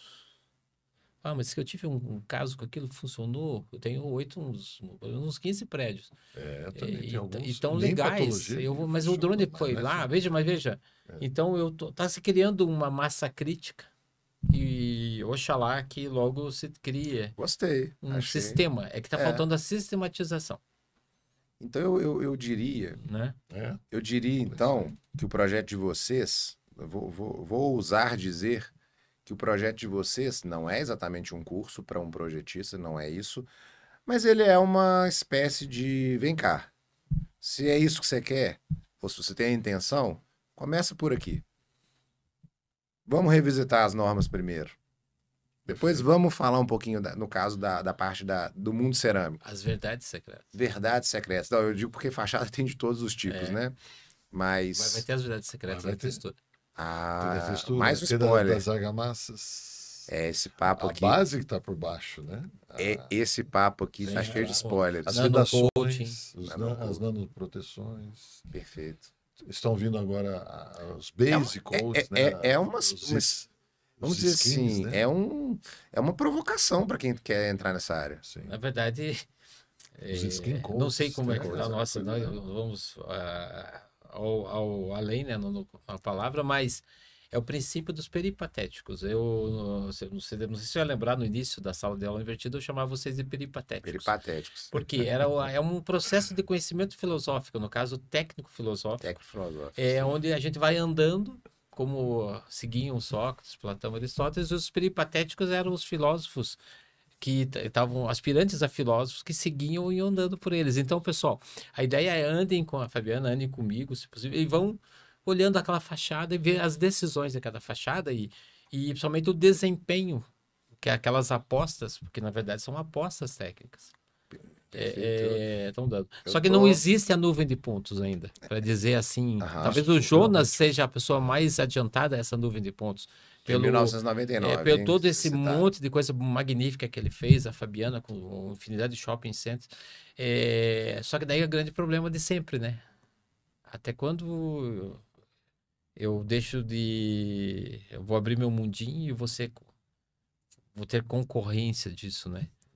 Eu praticamente não tenho receio. Porque eu sou devoto de Bob Dylan e vai com o vento e leva com o vento, né? A gente não fica para sempre. Né? Isso aí. Então... Tem que deixar o legado, né? Olha, eu provoco você, então, já que você gosta de provocação. Vocês dois, no caso. Porque projetista você está também. Você é patologista e, enfim, você pode ser patologista, você pode estar... Enfim, está, não sei. Acho que né? Está, né? Está? Então tá bom. É um lado meio Shakespeare agora. Ser ou não ser. É isso aí. Mas vocês têm... Depois de eu receber essa carga, eu espero que quem está escutando esteja na mesma vibe aí que eu tô. Vocês têm a obrigação de formar pessoas nessa área. Porque vocês vão... Mas estamos cumprindo. Exato. Mas é uma obrigação. Eu tô indo atrás. Eu tô... Por mais que eu não saiba o que eu vou ser daqui a um tempo, ou se eu estarei aqui, exato. E você está peripatético. Peripatético, perfeito. É isso. Quando você começou a dar aula? Aula? Quantos anos você tinha de formado? Deixa eu pensar na pergunta boa, né? Bem, aula de pós, aula de... Aula assim, para formar alunos mesmo. Na verdade, meu início de professor, eu tenho o maior orgulho de todos, foi em 89, quando eu comecei a dar aula para azulejista no projeto do Senai pela INSEPA. A INSEPA patrocinava um projeto e eu aprendi, né, a me apaixonar por aqueles caras, né? E eu tenho já tinha de formado? Que legal. Eu tinha de formado 3 anos. 3 anos. Então existia um outro engenheiro na INSEPA que fazia esse módulo, ele passou para mim, porque ele ia fazer a nível Brasil, e eu pensei a fazer no Senai Curitiba. E porque na verdade não existe, né? Tudo na vida é um tripé, né? O banquinhos. Você pode fazer a melhor cerâmica, a melhor argamassa colante, mas o tripé desequilibra na mão de obra. Então você tem que equilibrar. E a INSEPA investia muito nisso. E era muito legal. Era um projeto com a INSEPA e a Quartzolite na época. Que bancavam. Acho que são 4, mas falta a fiscalização. Você gosta de cadeira mesmo, né? Eu prefiro o banquinho. O tripé. Né? Ele fica em pé, mas se não tiver fiscalização, não adiantou nada. Você tem que treinar, você tem que ter uma... Mas aí pode ser o assento do banquinho. Então, vamos brigar por isso. Eu acho que aí é a manutenção. É importante. Essa cadeira aí já tem... Ela não vai funcionar. Você não sabia disso, que eu tinha sido professor de... Não. E eu tenho um canal Engenharia Marginal do YouTube que vai se lançar agora esse mês um novo episódio, que é a Síndrome de Gabriel. Olha, um outro spoiler. Eu nasci assim, eu vivi assim, vou morrer assim, que é a questão da pessoa que é o prático quando recebe uma nova tecnologia. Você vai mexer com a estima dele. Então, como é que você ensina? Veja lá, vai ser bem legal. Já curiosíssimo para ver. Não, agora eu quero saber de case de obra, gente. Eu quero, assim, que vocês falem pelo menos um. Mas só fechar, porque... Claro, eu só fui começar... Depois fui professor do IMBEC. Eu era professor dos meus colegas de turma. Eu dava aula particular para os meus colegas. Os seus colegas? As matérias, E com isso CDF mesmo, né? Então eu entendia. E aí eu tinha uma lousa em casa. Que legal. Os colegas iam em casa para a gente estudar junto. Só que, na verdade, eu ensinando eles, eu estava estudando. Claro. Quem ensina, aprende. Só que eu só vou dar aula mesmo em 2015, depois de 20 e tantos anos de formado, aí que eu olho para aquela turma, me dá um negócio assim, há 40 alunos lá em Aracaju, Sergipe, primeira turma do IMBEC, desculpa, Natal. Em Natal, primeira turma do IMBEC, ele tinha uns 40, quase 50 pessoas, lotada aquela classe, aquele calor, né, com aquele ar-condicionado ali em cima. Eu entrei ali, tinha senhores, né? O secretário de obras de Natal estava ali, ia ter aula comigo. Falei, rapaz, eu tenho que fazer o meu melhor. Então, essa questão, eu acho assim, e eu escutei escutei outra, daqui a pouco eu vou lembrar o nome dele, aquele filósofo brasileiro, que não era filósofo, nunca se formou em filosofia, mas foi Reconhecido como filósofo. É, aquele que morava nos Estados Unidos, como é que é o nome dele? Putz. Esqueci. Vai vir, vai vir. Vai vir, vai aparecer o nome daqui a pouco. Olavo de Carvalho. Olavo de Carvalho. Ele falou que aos 18 anos ele decidiu parar de dar aula, porque ele falou, eu não entendia nada, eu me achava arrogante na minha juventude, e falei, eu tenho que estudar muito. Quando eu completei 40 anos, 50 anos, eu comecei a dar aula, falei, não, eu tenho que parar por aqui, porque ainda não entendi nada. Então, quanto mais você estuda, mais você sabe que você não sabe nada. Né? É isso aí. Princípio do apóstolo Paulo. É isso aí. E aí o que acontece? O que eu quero deixar? Eu perguntei para Paulinho, porque realmente para a gente foi impactante ver aqueles jovens, mas ver também pessoas mais maduras se evoluindo lá. O conhecimento se tornou um ventilador. Gostei dessa também, essa do Paulinho é minha. Quando eu tenho. A gente não quer jogar esse conhecimento como estão se fazendo hoje. Né? Tem muita informação, hoje a gente tem essa informação disponível no mercado. A gente quer afunilar, né? Então a informação é uma coisa, o conhecimento é um funil. Eu concordo. Então a gente tem que chegar. Então a minha mensagem aqui é para os mais jovens, até para os mais velhos, a gente sim vai criar peripatéticos, estamos criando, mas a gente tem uma responsabilidade. Aprendi isso com a professora Maria Noronha, que foi minha mentora. Então agora a minha grande mentora, com quem eu estagiei quando eu estava entre o terceiro e o quarto ano, eu estagiei com ela. Ela precisava de um estagiário e ela me chamou. Ela falou, Renato, agora eu quero que você me traga mais 3 colegas seus. E eu peguei os meus melhores ali que tinham. O Tomazelli era um deles, né? O Alexandre Tomazelli. Vem com a gente aqui aprender com a professora Maria Noronha. E o nosso estágio de férias foi com ela. E ela falava assim, vocês engenheiros, vocês são a elite do Brasil. Não é elite financeira, é elite pensante. É isso então, mesmo. a engenharia, ela é pensante. Quando surgiu o curso de engenharia noturna, ela parou de dar aula, em protesto, porque ela dizia 2 coisas. Ela dizia que ela era responsável, eternamente responsável por aqueles a quem ela cativava. Ó, o Pequeno Príncipe. Ela tinha no coração dela. Isso passou para a gente. Eu me sinto responsável. Muitos jovens estão por aí. Alguns. Eu fiquei meio desafeto, sabe, Luiz? Eu segurei aqui. Alguns colegas, alguns ex-alunos, até de uma certa forma, bloqueei para não me deixar mais triste, porque estão invertendo essa nossa engenharia.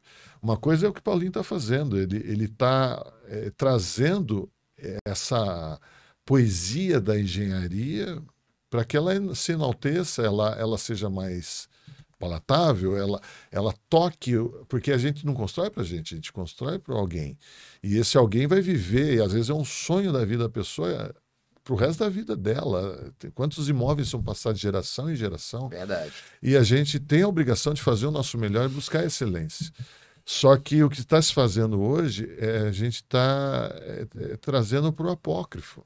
Né? A gente está tirando a boa engenharia. Dando informações não fundamentadas. E perda de conhecimentos. Então, o que nós estamos fazendo é espalhando esse conhecimento e se perdendo.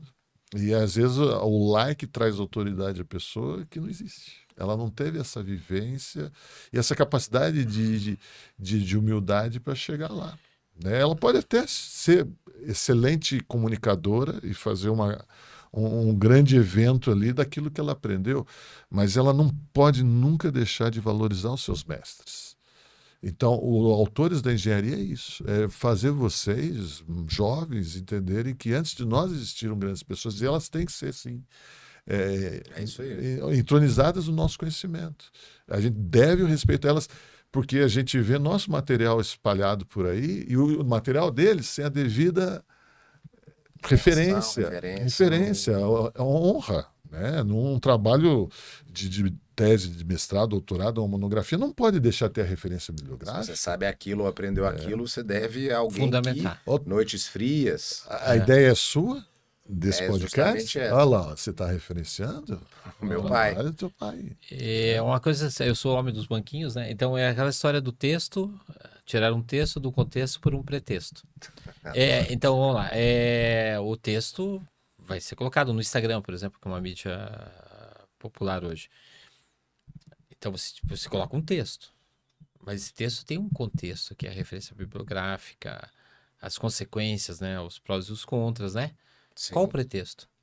Likes, seguidores, Vender mais ou conseguir conhecimento. relatório. Então é isso que nós procuramos, acho que em síntese, né? É organizar isso, né? Trazer textos dentro do contexto, com o pretexto de formar conteúdo, Perfeito. né? E qual é o nosso grande desafio? Todos nós, você engenheiro químico, nós engenheiros civis, que as obras tenham desempenho e durabilidade e que as pessoas fiquem felizes na edificação, né? Essa é a ideia. Uma das grandes mensagens do Verdades Secretas agora é aquilo, o Paulinho vai sempre repetir isso aí. A cerâmica, ela faz parte do tato da pessoa, do estilo da pessoa. E ela personifica. É um dos materiais mais expressivos da relação. Você Tanto não que as chega numa pessoas, cerâmica e não passa a mão nela. É verdade. não, as pessoas escolhem. É verdade, As é pessoas, verdade. as pessoas, Você toca ela, você quer, né? você vai, tem o showroom, tem exposições que as pessoas, elas, é uma decisão sensorial. Ela espetáculo. é bacana. Não, você vai adorar Verdades Secretas. Com certeza. Talvez para seguir com a nossa enredo, então, falar de case é falar de muita coisa, mas você perguntou de um case. Já tivemos alguns cases, não necessariamente de obras. mas- Vocês foram contando as histórias de vocês, que é o que o pessoal gosta. Mas eu queria que vocês trouxessem alguma coisa de aprendizado, alguma coisa de sucesso. Não, que vocês querem dividir. eu tenho eu sou dentro do meu ciclone de ser, então eu quero falar um rapidinho, que foi o seguinte, Vamos ser rápido, né? Já passou o tempo, né? na vida profissional eu me cruzei com várias ondas de manifestações patológicas com as placas cerâmicas. E quando chegou o porcelanato, principalmente, ele foi um porcelanato polido técnico, quase todos vindo da Alemar, né? Poucos fabricados no Brasil. A gente passou a ter problema de manchas. E o Brasil rico, o Brasil onde tem muita riqueza, a terra é vermelha. E o Brasil é rico porque tem óxido de ferro que beneficia a agricultura, mas ao mesmo tempo mancha um porcelanato. Verdade. E eu, com a minha sacolinha, com a minha necessaire, andando por lá e laudo, né, tentando deixar tanto a indústria cerâmica com desempenho quanto o cliente satisfeito. Eu consegui com o Sérgio, né, desenvolver um talco para capturar a terra vermelha, estudando, compondo fósforo nele, algumas coisas, porque o fósforo equilibra engenheiro químico Aham. com o óxido de ferro, né, e o Palocci lá, e conspiramos e criamos um talquinho. E Olha lançamos uma revistinha com o seguinte slogan: passe o nosso talquinho no bumbum do seu porcelanato. É a cara dele, né? É a cara do Paulinho. Gostou? Gostei. Então eu acho um bom case, porque de maneira disruptiva a gente conseguiu êxito. Por quê? Disruptivo. Qual era o erro? O equívoco. Você é engenheiro químico, você tem lá um óxido de ferro que está impregnado no microporo de um porcelanato que teve com certeza uma camada protetiva, que na época não era nano, com porosidade aparente. Aquilo Sim. estava enraigado. Eu precisava fazer o quê? Ter um detergente neutro, de fato. pH 7 que entrasse ali. Mas eu tinha que fazer o que a vovó fazia, quarar a sujidade. Eu tinha que deixar agir um tempo. É isso E mesmo. daí ela ia subir, mas quem que ia capturar? O talco. O tal. E quando eu fizesse com a esponja, eu estaria fazendo o quê? MOS. Qual o MOS do talco? 0 a 1.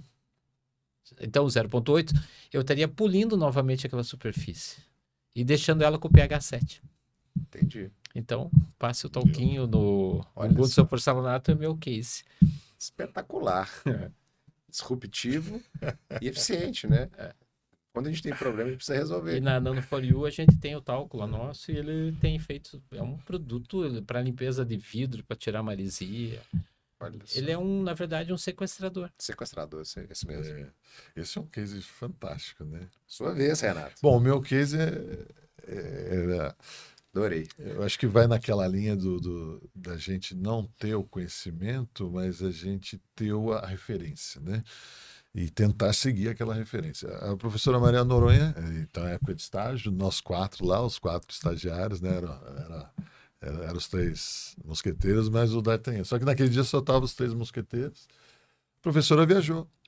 E ela tinha um escritório famoso, né? Ela foi sócia do Alfredo Falcon Bauer, também outra só Bauer, referência. Doronha e Paulon, É, Vladimir só. Paulon, a Disseu de Franco Almeida, a BNA ainda existe, Não, né? é, Bauer, daqui- Noronha, a daqui- BNA ainda existe, né? É um escritório de consultoria dentro da Falcon Bauer, né? A origem é Bauer, né? O Alfredo, a Noronha e o Disseu de Franco e Almeida. ficou só os estagiários aquele dia. E aquele dia tinha uma concretagem, nós tínhamos que fazer um bloco. Na realidade, ela era dosadora, né? Ela fazia dosagem de concreto. Mas antes de viajar, ela chamou nós quatro, os 4 estagiários, porque ela não confiava na equipe técnica dela. Olha. Ela confiava na gente. Aquilo foi pra gente. Porque o que aconteceu? Nós 4 ali, Fizeram os eles precisavam ajudar, estavam Fizeram acompanhando ela. Então, ela falou, Renato, você sempre... Minha mãe é professora de português, meu pai é professor de matemática, né? Uhum. Então, eu tenho que ter excelência na escrita e Precisão no precisão no Precisão cálculo. no Por isso a origem, né, Paulinho? E aí, você, Renato, você vai cuidar dos meus relatórios. Eu falei, gente, relatório... Aí eu comecei a estudar os relatórios dela. Hoje tem cursos, né, de como montar um relatório, Sim, né, tal. sim. Mas ali eu percebi que havia uma introdução, um objetivo, uma anamnese, né, uma sequência, né, daquilo lá. E eu criei o meu primeiro tutorial, né, bati da máquina, criei para meus colegas ali, nós 4. Olha, a gente fazia lá o assim, ó. Aí um cuidou de outra coisa, tal, outro de desenho, outro de tal. Não tinha computador, era tudo na mão, tudo no nanquim, né, no homógrafo. E ela deixou o escritório técnico dela na mão de 4 estagiários. Olha a confusão. Então, um dos casos a gente jogou, já estamos no horário, né, Luiz? Vamos fechar aqui. A gente tinha uma concretagem de um bloco de fundação de uma seita que tem aqui no Brasil, né? Outro dia passei de avião, vi que está lá ainda, não caiu, né? Era um grande bloco de fundação concretado com gelo. A tecnologia que a gente tinha na época não eram tantos aditivos, né? Eu estou falando de 1990. Não tínhamos tantos aditivos, nós tínhamos gelo. Então, substituía a água de concretagem, né? Água com gelo para poder diminuir no bloco ali a temperatura, senão ele fissura inteirinho, né? Ele, com o calor de hidratação. Bom, cadê o filho da professora Maria Noronha? Não apareceu aquele dia. E não tinha celular. Né? A gente chegou lá, os 3 estagiários, vocês são responsáveis. Era uma grande consultora, cheia de engenheiros lá. E todo mundo olhando pra gente. Vocês não vão dosar o concreto? A gente dosava na hora. Rapaz, vai eu e os 2 lá, né? Você sobe lá, né? E a concretagem ia ser lá no canteiro, e a gente tava aqui, os caminhões betoneiras chegavam. A barriga... Não, assumimos. Agora, né? Sumiu, Você né? do lugar que é uma seita, é isso? É uma seita. O que é? Então Esse a bloco... A seita segurou. A seita... mas depois eu conto para você o que é esse bloco. Bom, chegou ali o caminhão betoneiro, tinha que trocar a água, né? Falou, bom, põe aí um saco, né, de gelo. Tá, joga um pouquinho. Mais um saco. E o mestre regalou os olhos desse tamanho. Nós somos Cara, nós somos no tátil visual, feeling, ali, né? No feeling. Porque a gente acompanhava as obras da professora Noronha. E ela chegava na obra, ela via areia. Pela granulometria, ela sentia a granulometria. Hoje eu entendo o que ela fazia, né? Naquela época não. Se tinha finos, se aquela areia estava muito lavada, se precisava de mais finos, se precisava de uma granulometria um pouquinho maior. E ela conhecia os fornecedores de areia de São Paulo. Então ela já sabia que aquela areia de tal fornecedor, ela já tinha um traço meio no montar na cabeça. E era fantástico sair com ela, era uma escola, né? O dia que ela falou, Renato, vão comigo de motorista, que ela não dirigia. Nossa, cara, era 10 anos de faculdade e um dia de saída com ela. Peripatético. É o curso que hoje no metaverso existe. Né? Então esse foi um caso, a gente dosou na mão, era só tirar o equivalente em água para o gelo, né? Mas bom, fizeram lá a concretagem, ninguém nunca falou nada. Esse bloco de fundação, ele sustenta uma estrutura de concreto, que é um anel, onde eles acreditam que um dia um disco voador vai pegar os seres humanos. Se o disco cair e matar os ETs, a culpa vai ser do bloco. Então, não conta para ninguém. Que foi o bloco. Espero que eles não estejam escutando. Eu já corro atrás para ver a fundação do bloco, como é que tá. Você está influenciando bastante. Eu acho que eu estou contaminando ele. Tá virando Renato. ETs morrem, a humanidade se perde, não seremos salvos, viu, Paulinho? Porque os ETs morreram. Esse foi um caso. O segundo caso, ela tinha uma recuperação, eram 4 prédios de altíssimo padrão aqui numa região chamada Chácara Flora, né? A região de alto padrão aqui em São Paulo. E era a recuperação da fachada. Bom, ela não deixou nada orientado. E o engenheiro dela não sabia nem por onde começar. Ah, se vira aí vocês, meninos, vocês acompanham ela, vocês entendem. Porque ela tinha disso, ela pegava o pior cara da turma e trazia dentro do escritório dela. Porque ela se sentia responsável por aquele engenheiro. Afinal, ela deu aula e o cara não entendeu nada. Então, ela trazia para trabalhar com ela.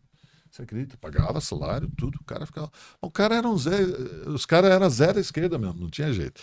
E a gente ali querendo aprender, falava, bom, vamos fazer. Aí estudamos, vimos o que ela programou e fizemos o desenho, só que sem entender que desenho que era aquilo, né? Bom, acabou o período de férias, voltamos para a faculdade, passou uns 2, 3 meses, já estava lá em março, abril, ela chama a gente. Somos 3 lá, né? A menina saiu bem, né? Só os 3 meninos que aprontamos, né? Senta aí, menina. O que vocês aprontaram? Como assim, professor? Vocês não sabem o que aconteceu. Vocês mandaram arrancar a fachada inteira dos 4 prédios para fazer reforço. Vocês estão loucos. Eu tive que me explicar lá para a consultora. Onde é que vocês tiraram isso? Para a professora. A gente não sabia, ninguém sabia orientar a gente. Não tinha celular. Ela foi viajar de férias para a Europa e quem falava com ela? Ninguém. E o orelhão não pegava lá. Nada. Você acha interurbano internacional? Interurbano não internacional, né? Era caríssimo, né? E fizemos. No final, falamos, mas foi bom. Vocês fizeram certo, não vai dar nunca mais patologia. Né? Mas é isso, né, Paulinho? Eu acho que é um bom case e eu levo para mim, né? Não existe copia e cola. Eu fiz um copia e cola, entendeu? Sim, mas vocês estavam respaldados, vocês estavam acompanhando, vocês estavam recebendo essa informação, esse conhecimento, né? Informação. Mas só que a hora do desafio, borboletas no estômago. Teve que materializar, né? Exato. Uma hora a gente tem que ser colocado à prova. E todo mundo vai ter que fazer, e cada um na sua escala, na sua estatura. Na sua estatura. Isso o que serve? Serve pra gente, né? Hoje eu tive sempre dificuldade de contratar estagiário, sempre. Porque eu gosto de ser professor o tempo todo. Então eu gosto de ensinar, explicar por que você pôs a água dentro do copo e não o copo dentro da água. E o copo fez absorção ou adsorção? O copo absorveu ou absorveu? Tá lá no Verdade Secreta, né? Os spoilerzinhos. Então, a gente tem que tomar cuidado. E hoje um garoto recém-formado, ele tá aí. Ele tá querendo, mas eu demorei para chegar. Puxei a orelha várias vezes. Chegou uma hora, quando eu pensei em desistir dele, a Bia me chamou a atenção. Ela falou assim, a Bia, minha esposa, falou assim, você te torna responsável por aquele que cativou. Então, transfira a tua paternidade para ele. Como um dia te transferiu, tiveram paciência com você. Você quase derrubou o disco voador e quase acabou com o salário. A turma tinha, né? Mas a consultora teve que justificar porque arrancou. Né? Então, ali, hoje eu vejo, e ele aceitou. Então, essa geração, entendo, respeite os mais velhos. Eu acho que falta isso um pouquinho, sabe, Luiz? A gente respeitar. Meu pai me ensinou a chamar os mais velhos de senhor. Eu chamava ele de senhor porque eu queria. Não que ele exigisse, mas eu sempre chamei ele de senhor. Então, respeito o mais velho. Ele já passou muitas coisas para chegar ali. Né? Hoje eu vejo o jovem muito empoderado, esse é o termo hoje, né? O jovem sempre foi assim. E jovem. A questão é trazer parâmetros, né? Eu quero que os jovens sejam jovens, né? Sim, sejam jovens, é o momento deles. A arrogância do jovem, ela é importante. Violeta Parra, né? A juventude é as flores do jardim da humanidade. É isso aí, mas parâmetros. Mas elas vão florescer e elas vão passar essa fase. Né? E um dia eles chegam aqui, né? Um dia eles chegam. Né? Não são todos, mas muitos chegam também, né? E assim, vocês falaram bastante, e aí, pegando esse ciclone, né, tropical que nós tivemos aqui hoje, né? Hoje foi mais pro lado do Paulinho, viu, Renato? Hoje foi menos cartesiano. Ah, sim. O Renato comigo, ele sai. Ele sai, eu consegui já fazer... é outra pessoa. O Renato, o Renato que eu conheço, ele é o Renato cognitivo. Ah, legal. Legal. Vocês falaram vários dos mentores de vocês. Eu queria agora, de forma cartesiana, se você permitir, ok? Vamos voltar para... Você não consegue, né? Não, eu queria que vocês dessem aí de forma... Tá bom. Né? Alguns nomes. Né? Os nomes de quem fez a diferença, não necessariamente só profissional, quem vocês acham que na vida pessoal e profissional de vocês fez e faz diferença? Bom, eu tenho que começar com os meus pais, né? Legal. Meu pai sentava e estudava matemática comigo. Eu não entendia nada de matemática. Então ele conseguiu. Quando o dia que deu aquele clique, aí que eu resolvi fazer engenharia, né? Então eu conseguia, não entendia. Mas ele insistiu, toda noite a gente estudava junto, eu e ele. Minha mãe ficava em cima, tomava a lição da gente todo dia. Então, pai, mãe, né? Seu Nadir, que já está lá, teu pai lá, né? Estão juntos. Estão juntos lá e que deixou um grande legado. Foi jovem, ele foi com 54 anos, ele faleceu. Jovem. Então, quando eu estava começando a minha vida profissional, ele foi embora. Então, eu perdi o meu referencial principal.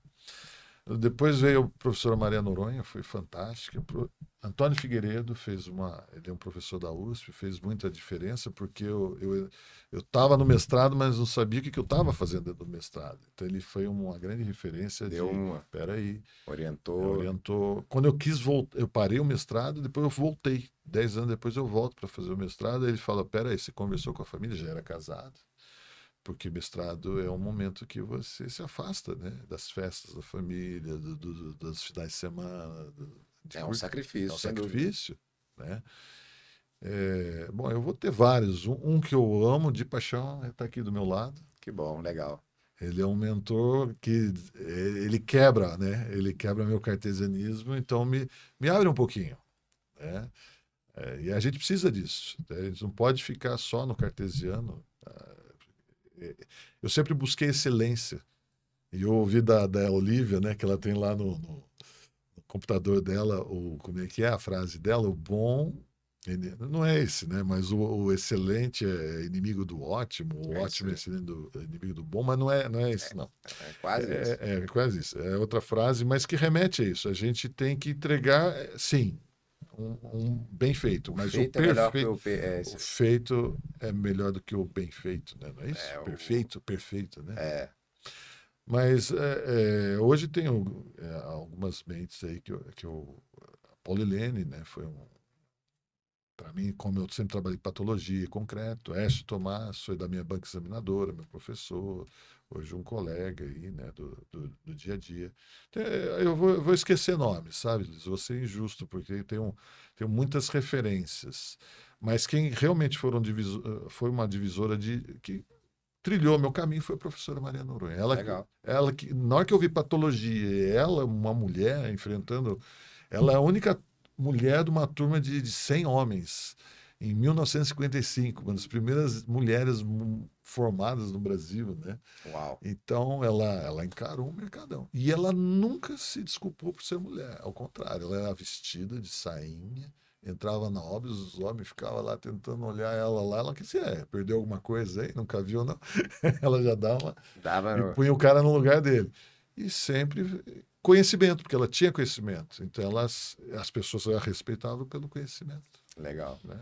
Legal. Você, Paulinho? Nossa, passa um filme, né? Então, não vou ser difícil, né? piegas de tentar dizer, né? Mas eu vou vai ser assim como você visceral nessa linha. Meu avô é meu grande pai de personalidade, ele me deu toda a minha aliança, são as medalhas que ele ganhou São Silvestre, ele corria pelo exército. Olha só. Viu que legal? Então, a minha aliança da luz são as medalhas dele. Sério? Que a minha avó tinha ciúme dele. Daí derreteu as medalhas e fez a aliança deles. Para casar com ela, teve que derreter as medalhas. As mulheres se empoderam desde os anos 30. Do século passado. Então, meu avô é um grande... Daí chega lá na adolescência o Hjalmar, que você conheceu, que é o criador dos milinguidos, daquela formiguinha. Então, eu participei da escola dominical e ele foi muito legal, porque eu acredito que eu não consigo me entender muito, assim, evangélico, porque eu sou totalmente anarquista e da contracultura, mas foi aquilo que Deus me amou tanto para me tirar da possibilidade de droga, de ter uma corrupção, assim. Entendi. Então, eu consegui ficar naquela redoma por um tempo, e o Hjalmar foi uma pessoa que você conheceu, maravilhosa.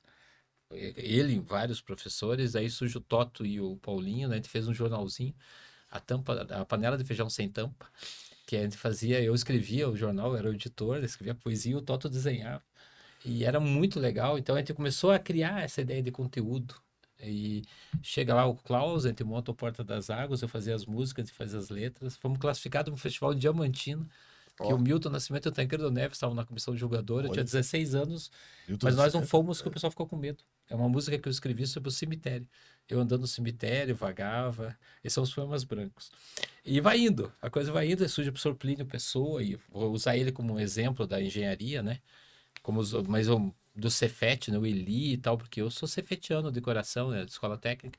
E Legal. daí surge o Plínio, eu tô dando só ícones. Legal. E vai, e daí começa o Paulo Benaus da Proma, assim, que é um grande amigo meu, assim, quando vi aquela materialização como construir de verdade, né? Daí surge, vários amigos vão surgindo, o Renato vai representar essa safra, assim, quando a gente se encontra com esse mundo científico, ele me abriu a ideia de dar aula no Brasil inteiro, pelo IMBEC na época, né? E a coisa foi. Hoje aceitei um convite do IDD para fazer uma aula. Então esses são basicamente Legal. quem foi lá na INSEPA, nas antigas, para não esquecer o lado cerâmico, o Maurer, que era uma pessoa extremamente confusa e complexa, e um suíço totalmente maluco, mas ele era totalmente disruptivo. E aí conectava. Ele conectou. Conectou os dois, né? Aí deu. Tem Deu histórias liga. maravilhosas Deu que um dia a liga. gente pode contar na sala invertida. Se você Quero quer saber. ouvir, vá para a sala de aula invertida. É isso aí. Segredos da sala de aula. Segredos da sala de aula. Ó, isso aí dá nome de curso, hein?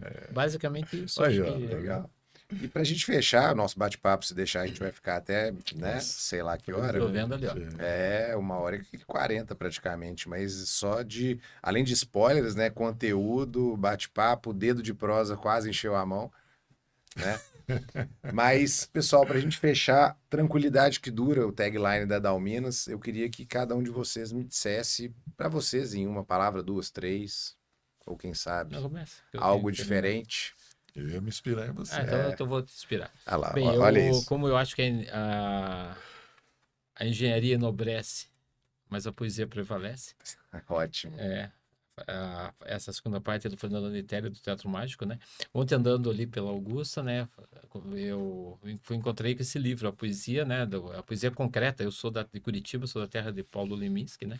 É um livro que você vai mostrar, não sei do que mostra aqui para eles, ó. Aqui, ó. Então você tem aqui, trabalha muito com a poesia, assim, e eu escolhi para colocar aqui um dos pontos importantes da Planville e do Paulo Essa poesia. é o tempo. O Pequeno Príncipe fala que o tempo que dedicasse à rosa mostra quanto você se apega a ela. Então eu gosto muito do tempo. Eu gosto muito do tempo que eu dedico. Eu faço parte de fachada desde 2007. Eu gosto de falar isso, me faz bem, que isso fazem quase 16 anos. Eu gosto de falar que estou com a INSEPA há 37 anos, que estou com a Eliane há 30. Isso me faz bem. Então, porque o tempo é sinônimo de confiança. Legal. Tanto que Confiança tanto só se que adquire com o tempo. e confiança, se você bobear, tem uma coisa que tem que ser cuidada, porque confiança quando acaba é uma linha que não se reconstrói. Não se reconstrói. Então, Renan Inquérito, Renan Inquérito. parodiando ele assim, né? Assim como a laje, poesia é teto. É teto e também é chão. Laje é teto e também é chão. Então, eu quero parodiando isso, confiança Confiança. é chão, mas é teto. Mas é teto. Se você deixar o teto desabar, Não volta, é né? bacana. Acabou. Então, Legal. eu queria deixar... Então, tranquilidade que dura para mim é estabelecer relações de confiança. E eu gosto de ter confiança nos meus amigos. Uau. Espetacular, viu? Espetacular. Renato, com você. Eu acho que o Paulinho falou tudo, né? Ele puxou tudo. Espetacular. Né? Tranquilidade que dura. Para durar tem que ter lastro, né? Eu gosto daquela... Eu introduzo e termino as minhas aulas com a parábola de Jesus, que ele fala de dois homens, um prudente e um insensato. Ele não chama de imprudente, chama de insensato. Sem senso. O prudente constrói a casa dele em cima de uma rocha. A fundação da casa dele, e na versão de Mateus, é em cima da rocha. E em Lucas, que ele vai mais profundo, ele era um estudioso, ele era médico, né? Então, e ele não andou com Jesus, mas ele buscou a verdade dos fatos. Ele escreve que além de ir na rocha, ele foi profundamente. Ele foi lá no fundo e encontrou a rocha. E vieram os ventos, as tempestades, as chuvas, deram contra aquela casa não caiu. Já o insensato construiu em Mateus em cima da areia. E em Lucas ele fala que a fundação não tinha fundação e a fundação era rasa. A areia é fragmento de rocha. Então é o que a gente está vendo aí, sabe, Luiz? Muita informação, muito fragmento. E quando aí vieram as tempestades da vida, vieram as chuvas, os rios se elevaram, e aquela casa não subsistiu. Eu tenho até um videozinho que eu achei. A água vem, pega a casa e leva a casa embora, sabe? Aí o pessoal brinca, virou uma casa submarina, né? Ou navio, né? Mas Atlântida, né? aí Jesus fala, quem ouve as minhas palavras é como o homem que construiu na rocha, né? Então ele vem as tempestades, você não se abala. Quantas vezes a gente se abala, né? Então o que vai ficar de tudo aquilo que a gente construiu na nossa vida é aquilo que está na rocha, porque o fragmento vai embora. Se eu ficar na superficialidade da vida mesmo, engenharia paixão, né? Quando a gente fala que engenharia paixão é porque a gente dá a nossa vida. São finais de semana, longe da família, estudando, trabalhando. Às vezes a gente troca 6 por meia dúzia, cobra bem aqui, perde ali. Mas a gente tem que entender que aí entra a parte da ética que eu coloquei na frase do professor lá. Alguém está olhando por isso e a vida ela é ceifar e colher, então é plantar e colher. E se eu planto coisa boa, eu vou colher e vou deixar um legado, né? Então, é uma tranquilidade que dura. Perfeito. É aquela que está em cima da rocha. Perfeito. É essa que você vai estar firme, né? Quantas vezes eu quis desistir porque eu não ia. O Brasil é assim, né? E meu pai sempre dizia assim: Brasil sempre teve crise. Desde que Pedro Álvares Cabral, e a culpa é do Cabral, chegou no Brasil, já tinha crise ali, não tinha casa. Ele dizia: não tinha casa, os índios não tinham casa. Então, construir tem muito para a gente fazer, mas quando bem feito, né? Entristece a gente ver que, infelizmente, a engenharia foi para um outro caminho, ou então ficou na superficialidade, ou entregou qualquer coisa. Frases como a engenharia não termina uma obra, ela abandona. Isso é triste, né? Triste. É triste, mas é uma realidade. E a gente pode mudar. E eu chamo, o Paulinho outro dia provocou os jovens numa sala de aula. Vocês são essa geração, a nossa já está indo. Nós fizemos coisa errada, estamos tentando consertar, mas vocês têm a obrigação de fazer bem feito. É isso aí. Porque agora o conhecimento está espalhado. Então nós temos aqui construir sobre rocha, confiança é teto, confiança é chão e é teto.